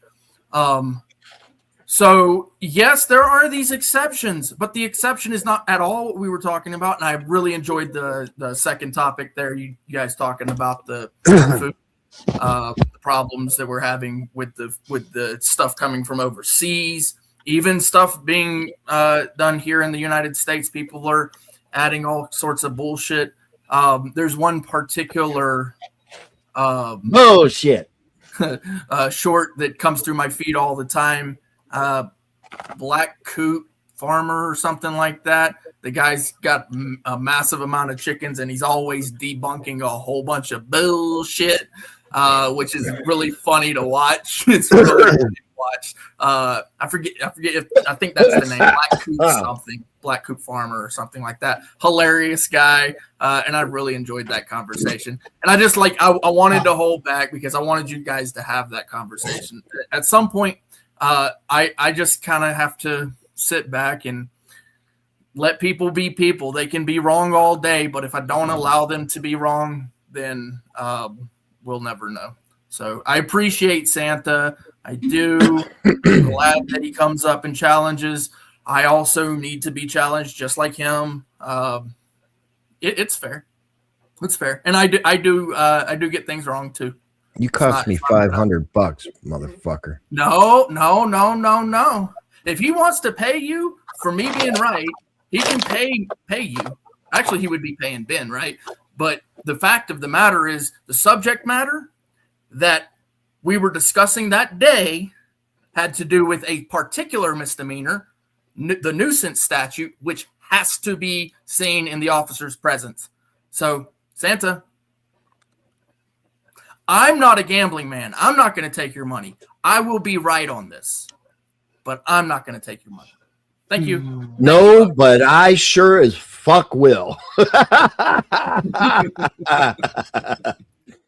Mr. Balchinian, the Balchinian, your final thoughts, sir. Man, Ben, you got to get a hold of me in private. I gotta take care of these fucking balls on my chin, man. Help me out, brother. Mr. Hard Talk Toasty, sir. Oh God, Spin, I hate it when you give me these crisps because then I have to put my balls in the fryer, and that leads to a lot of GMOs being put out. You know, you guys should come and see us tomorrow at School of Thought. I think I will be going up with her to talk about mysterious conspiracy theories, and I will be officially launching my Let's Send Toasty to Texas dono grift, and we will collect all this money and we will go meet everybody who's going to be at the debate con in July. Thank you for your attention to this matter. Mr. God's favorite aunt, your final thoughts on the panel, sir. Astrology is fake and gay. and the moon isn't real. And the moon isn't real. Mr. For the win. The moon's very real. Is there gold on the moon? I would argue that astrology is not fake and gay. Just ant, as usual. Voter ID, yeah, we're going to get it. I don't think we're going to ever see the Save America Act by Congress. I still think that's a trump card that needs to be played here yet. But 2020 definitely was stolen, and it was done for very good reason, and it was allowed to be stolen. And, you know, we're going to see the results of all that here shortly. So that's all I got. Awesome. And we're going to play this video. We're going to come back. Then we will say goodnight and play the outro. America Rising Media. Live from Washington, D.C., Spin City is on the ground at the National Mall, broadcasting the 250th anniversary of the United States of America. Join us July 3rd and July 4th for fireworks, freedom, and the greatest celebration this nation has ever seen. 250 years of liberty. Don't miss a single moment. America Rising Media. Live coverage of America's birthday.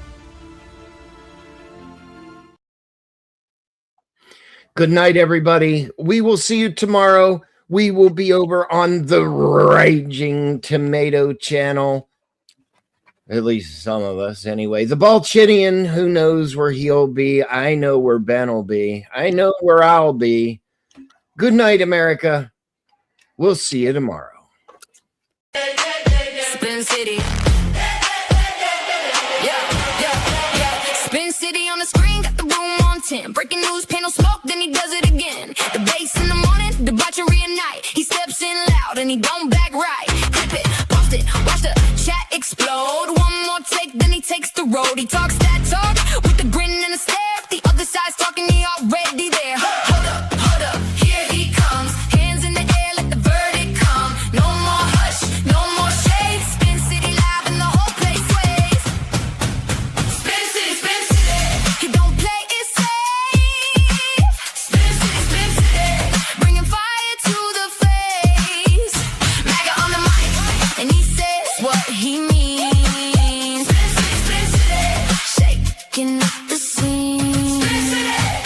Panels in a circle, everybody wants a turn. He leans in hard, let the hot takes burn. Protest on the ticker, riot in the thread. He talks over the chaos with a raised up head. Yell a little louder, make the point land clean. Cut through the noise like a headline machine. If they come for the room, he comes right back. One more clash and the whole beat snap. Hold up, here he comes. Hands in the air, let the verdict come. No more hush, no more shade. Spin City live and the whole place sways. Spin City, he don't play it safe. Spin City, bringing fire to the face. MAGA on the mic, and he says what he means. Spin City, shaking up the scene. When the mics get hot and the comments fly, he laughs at the noise and he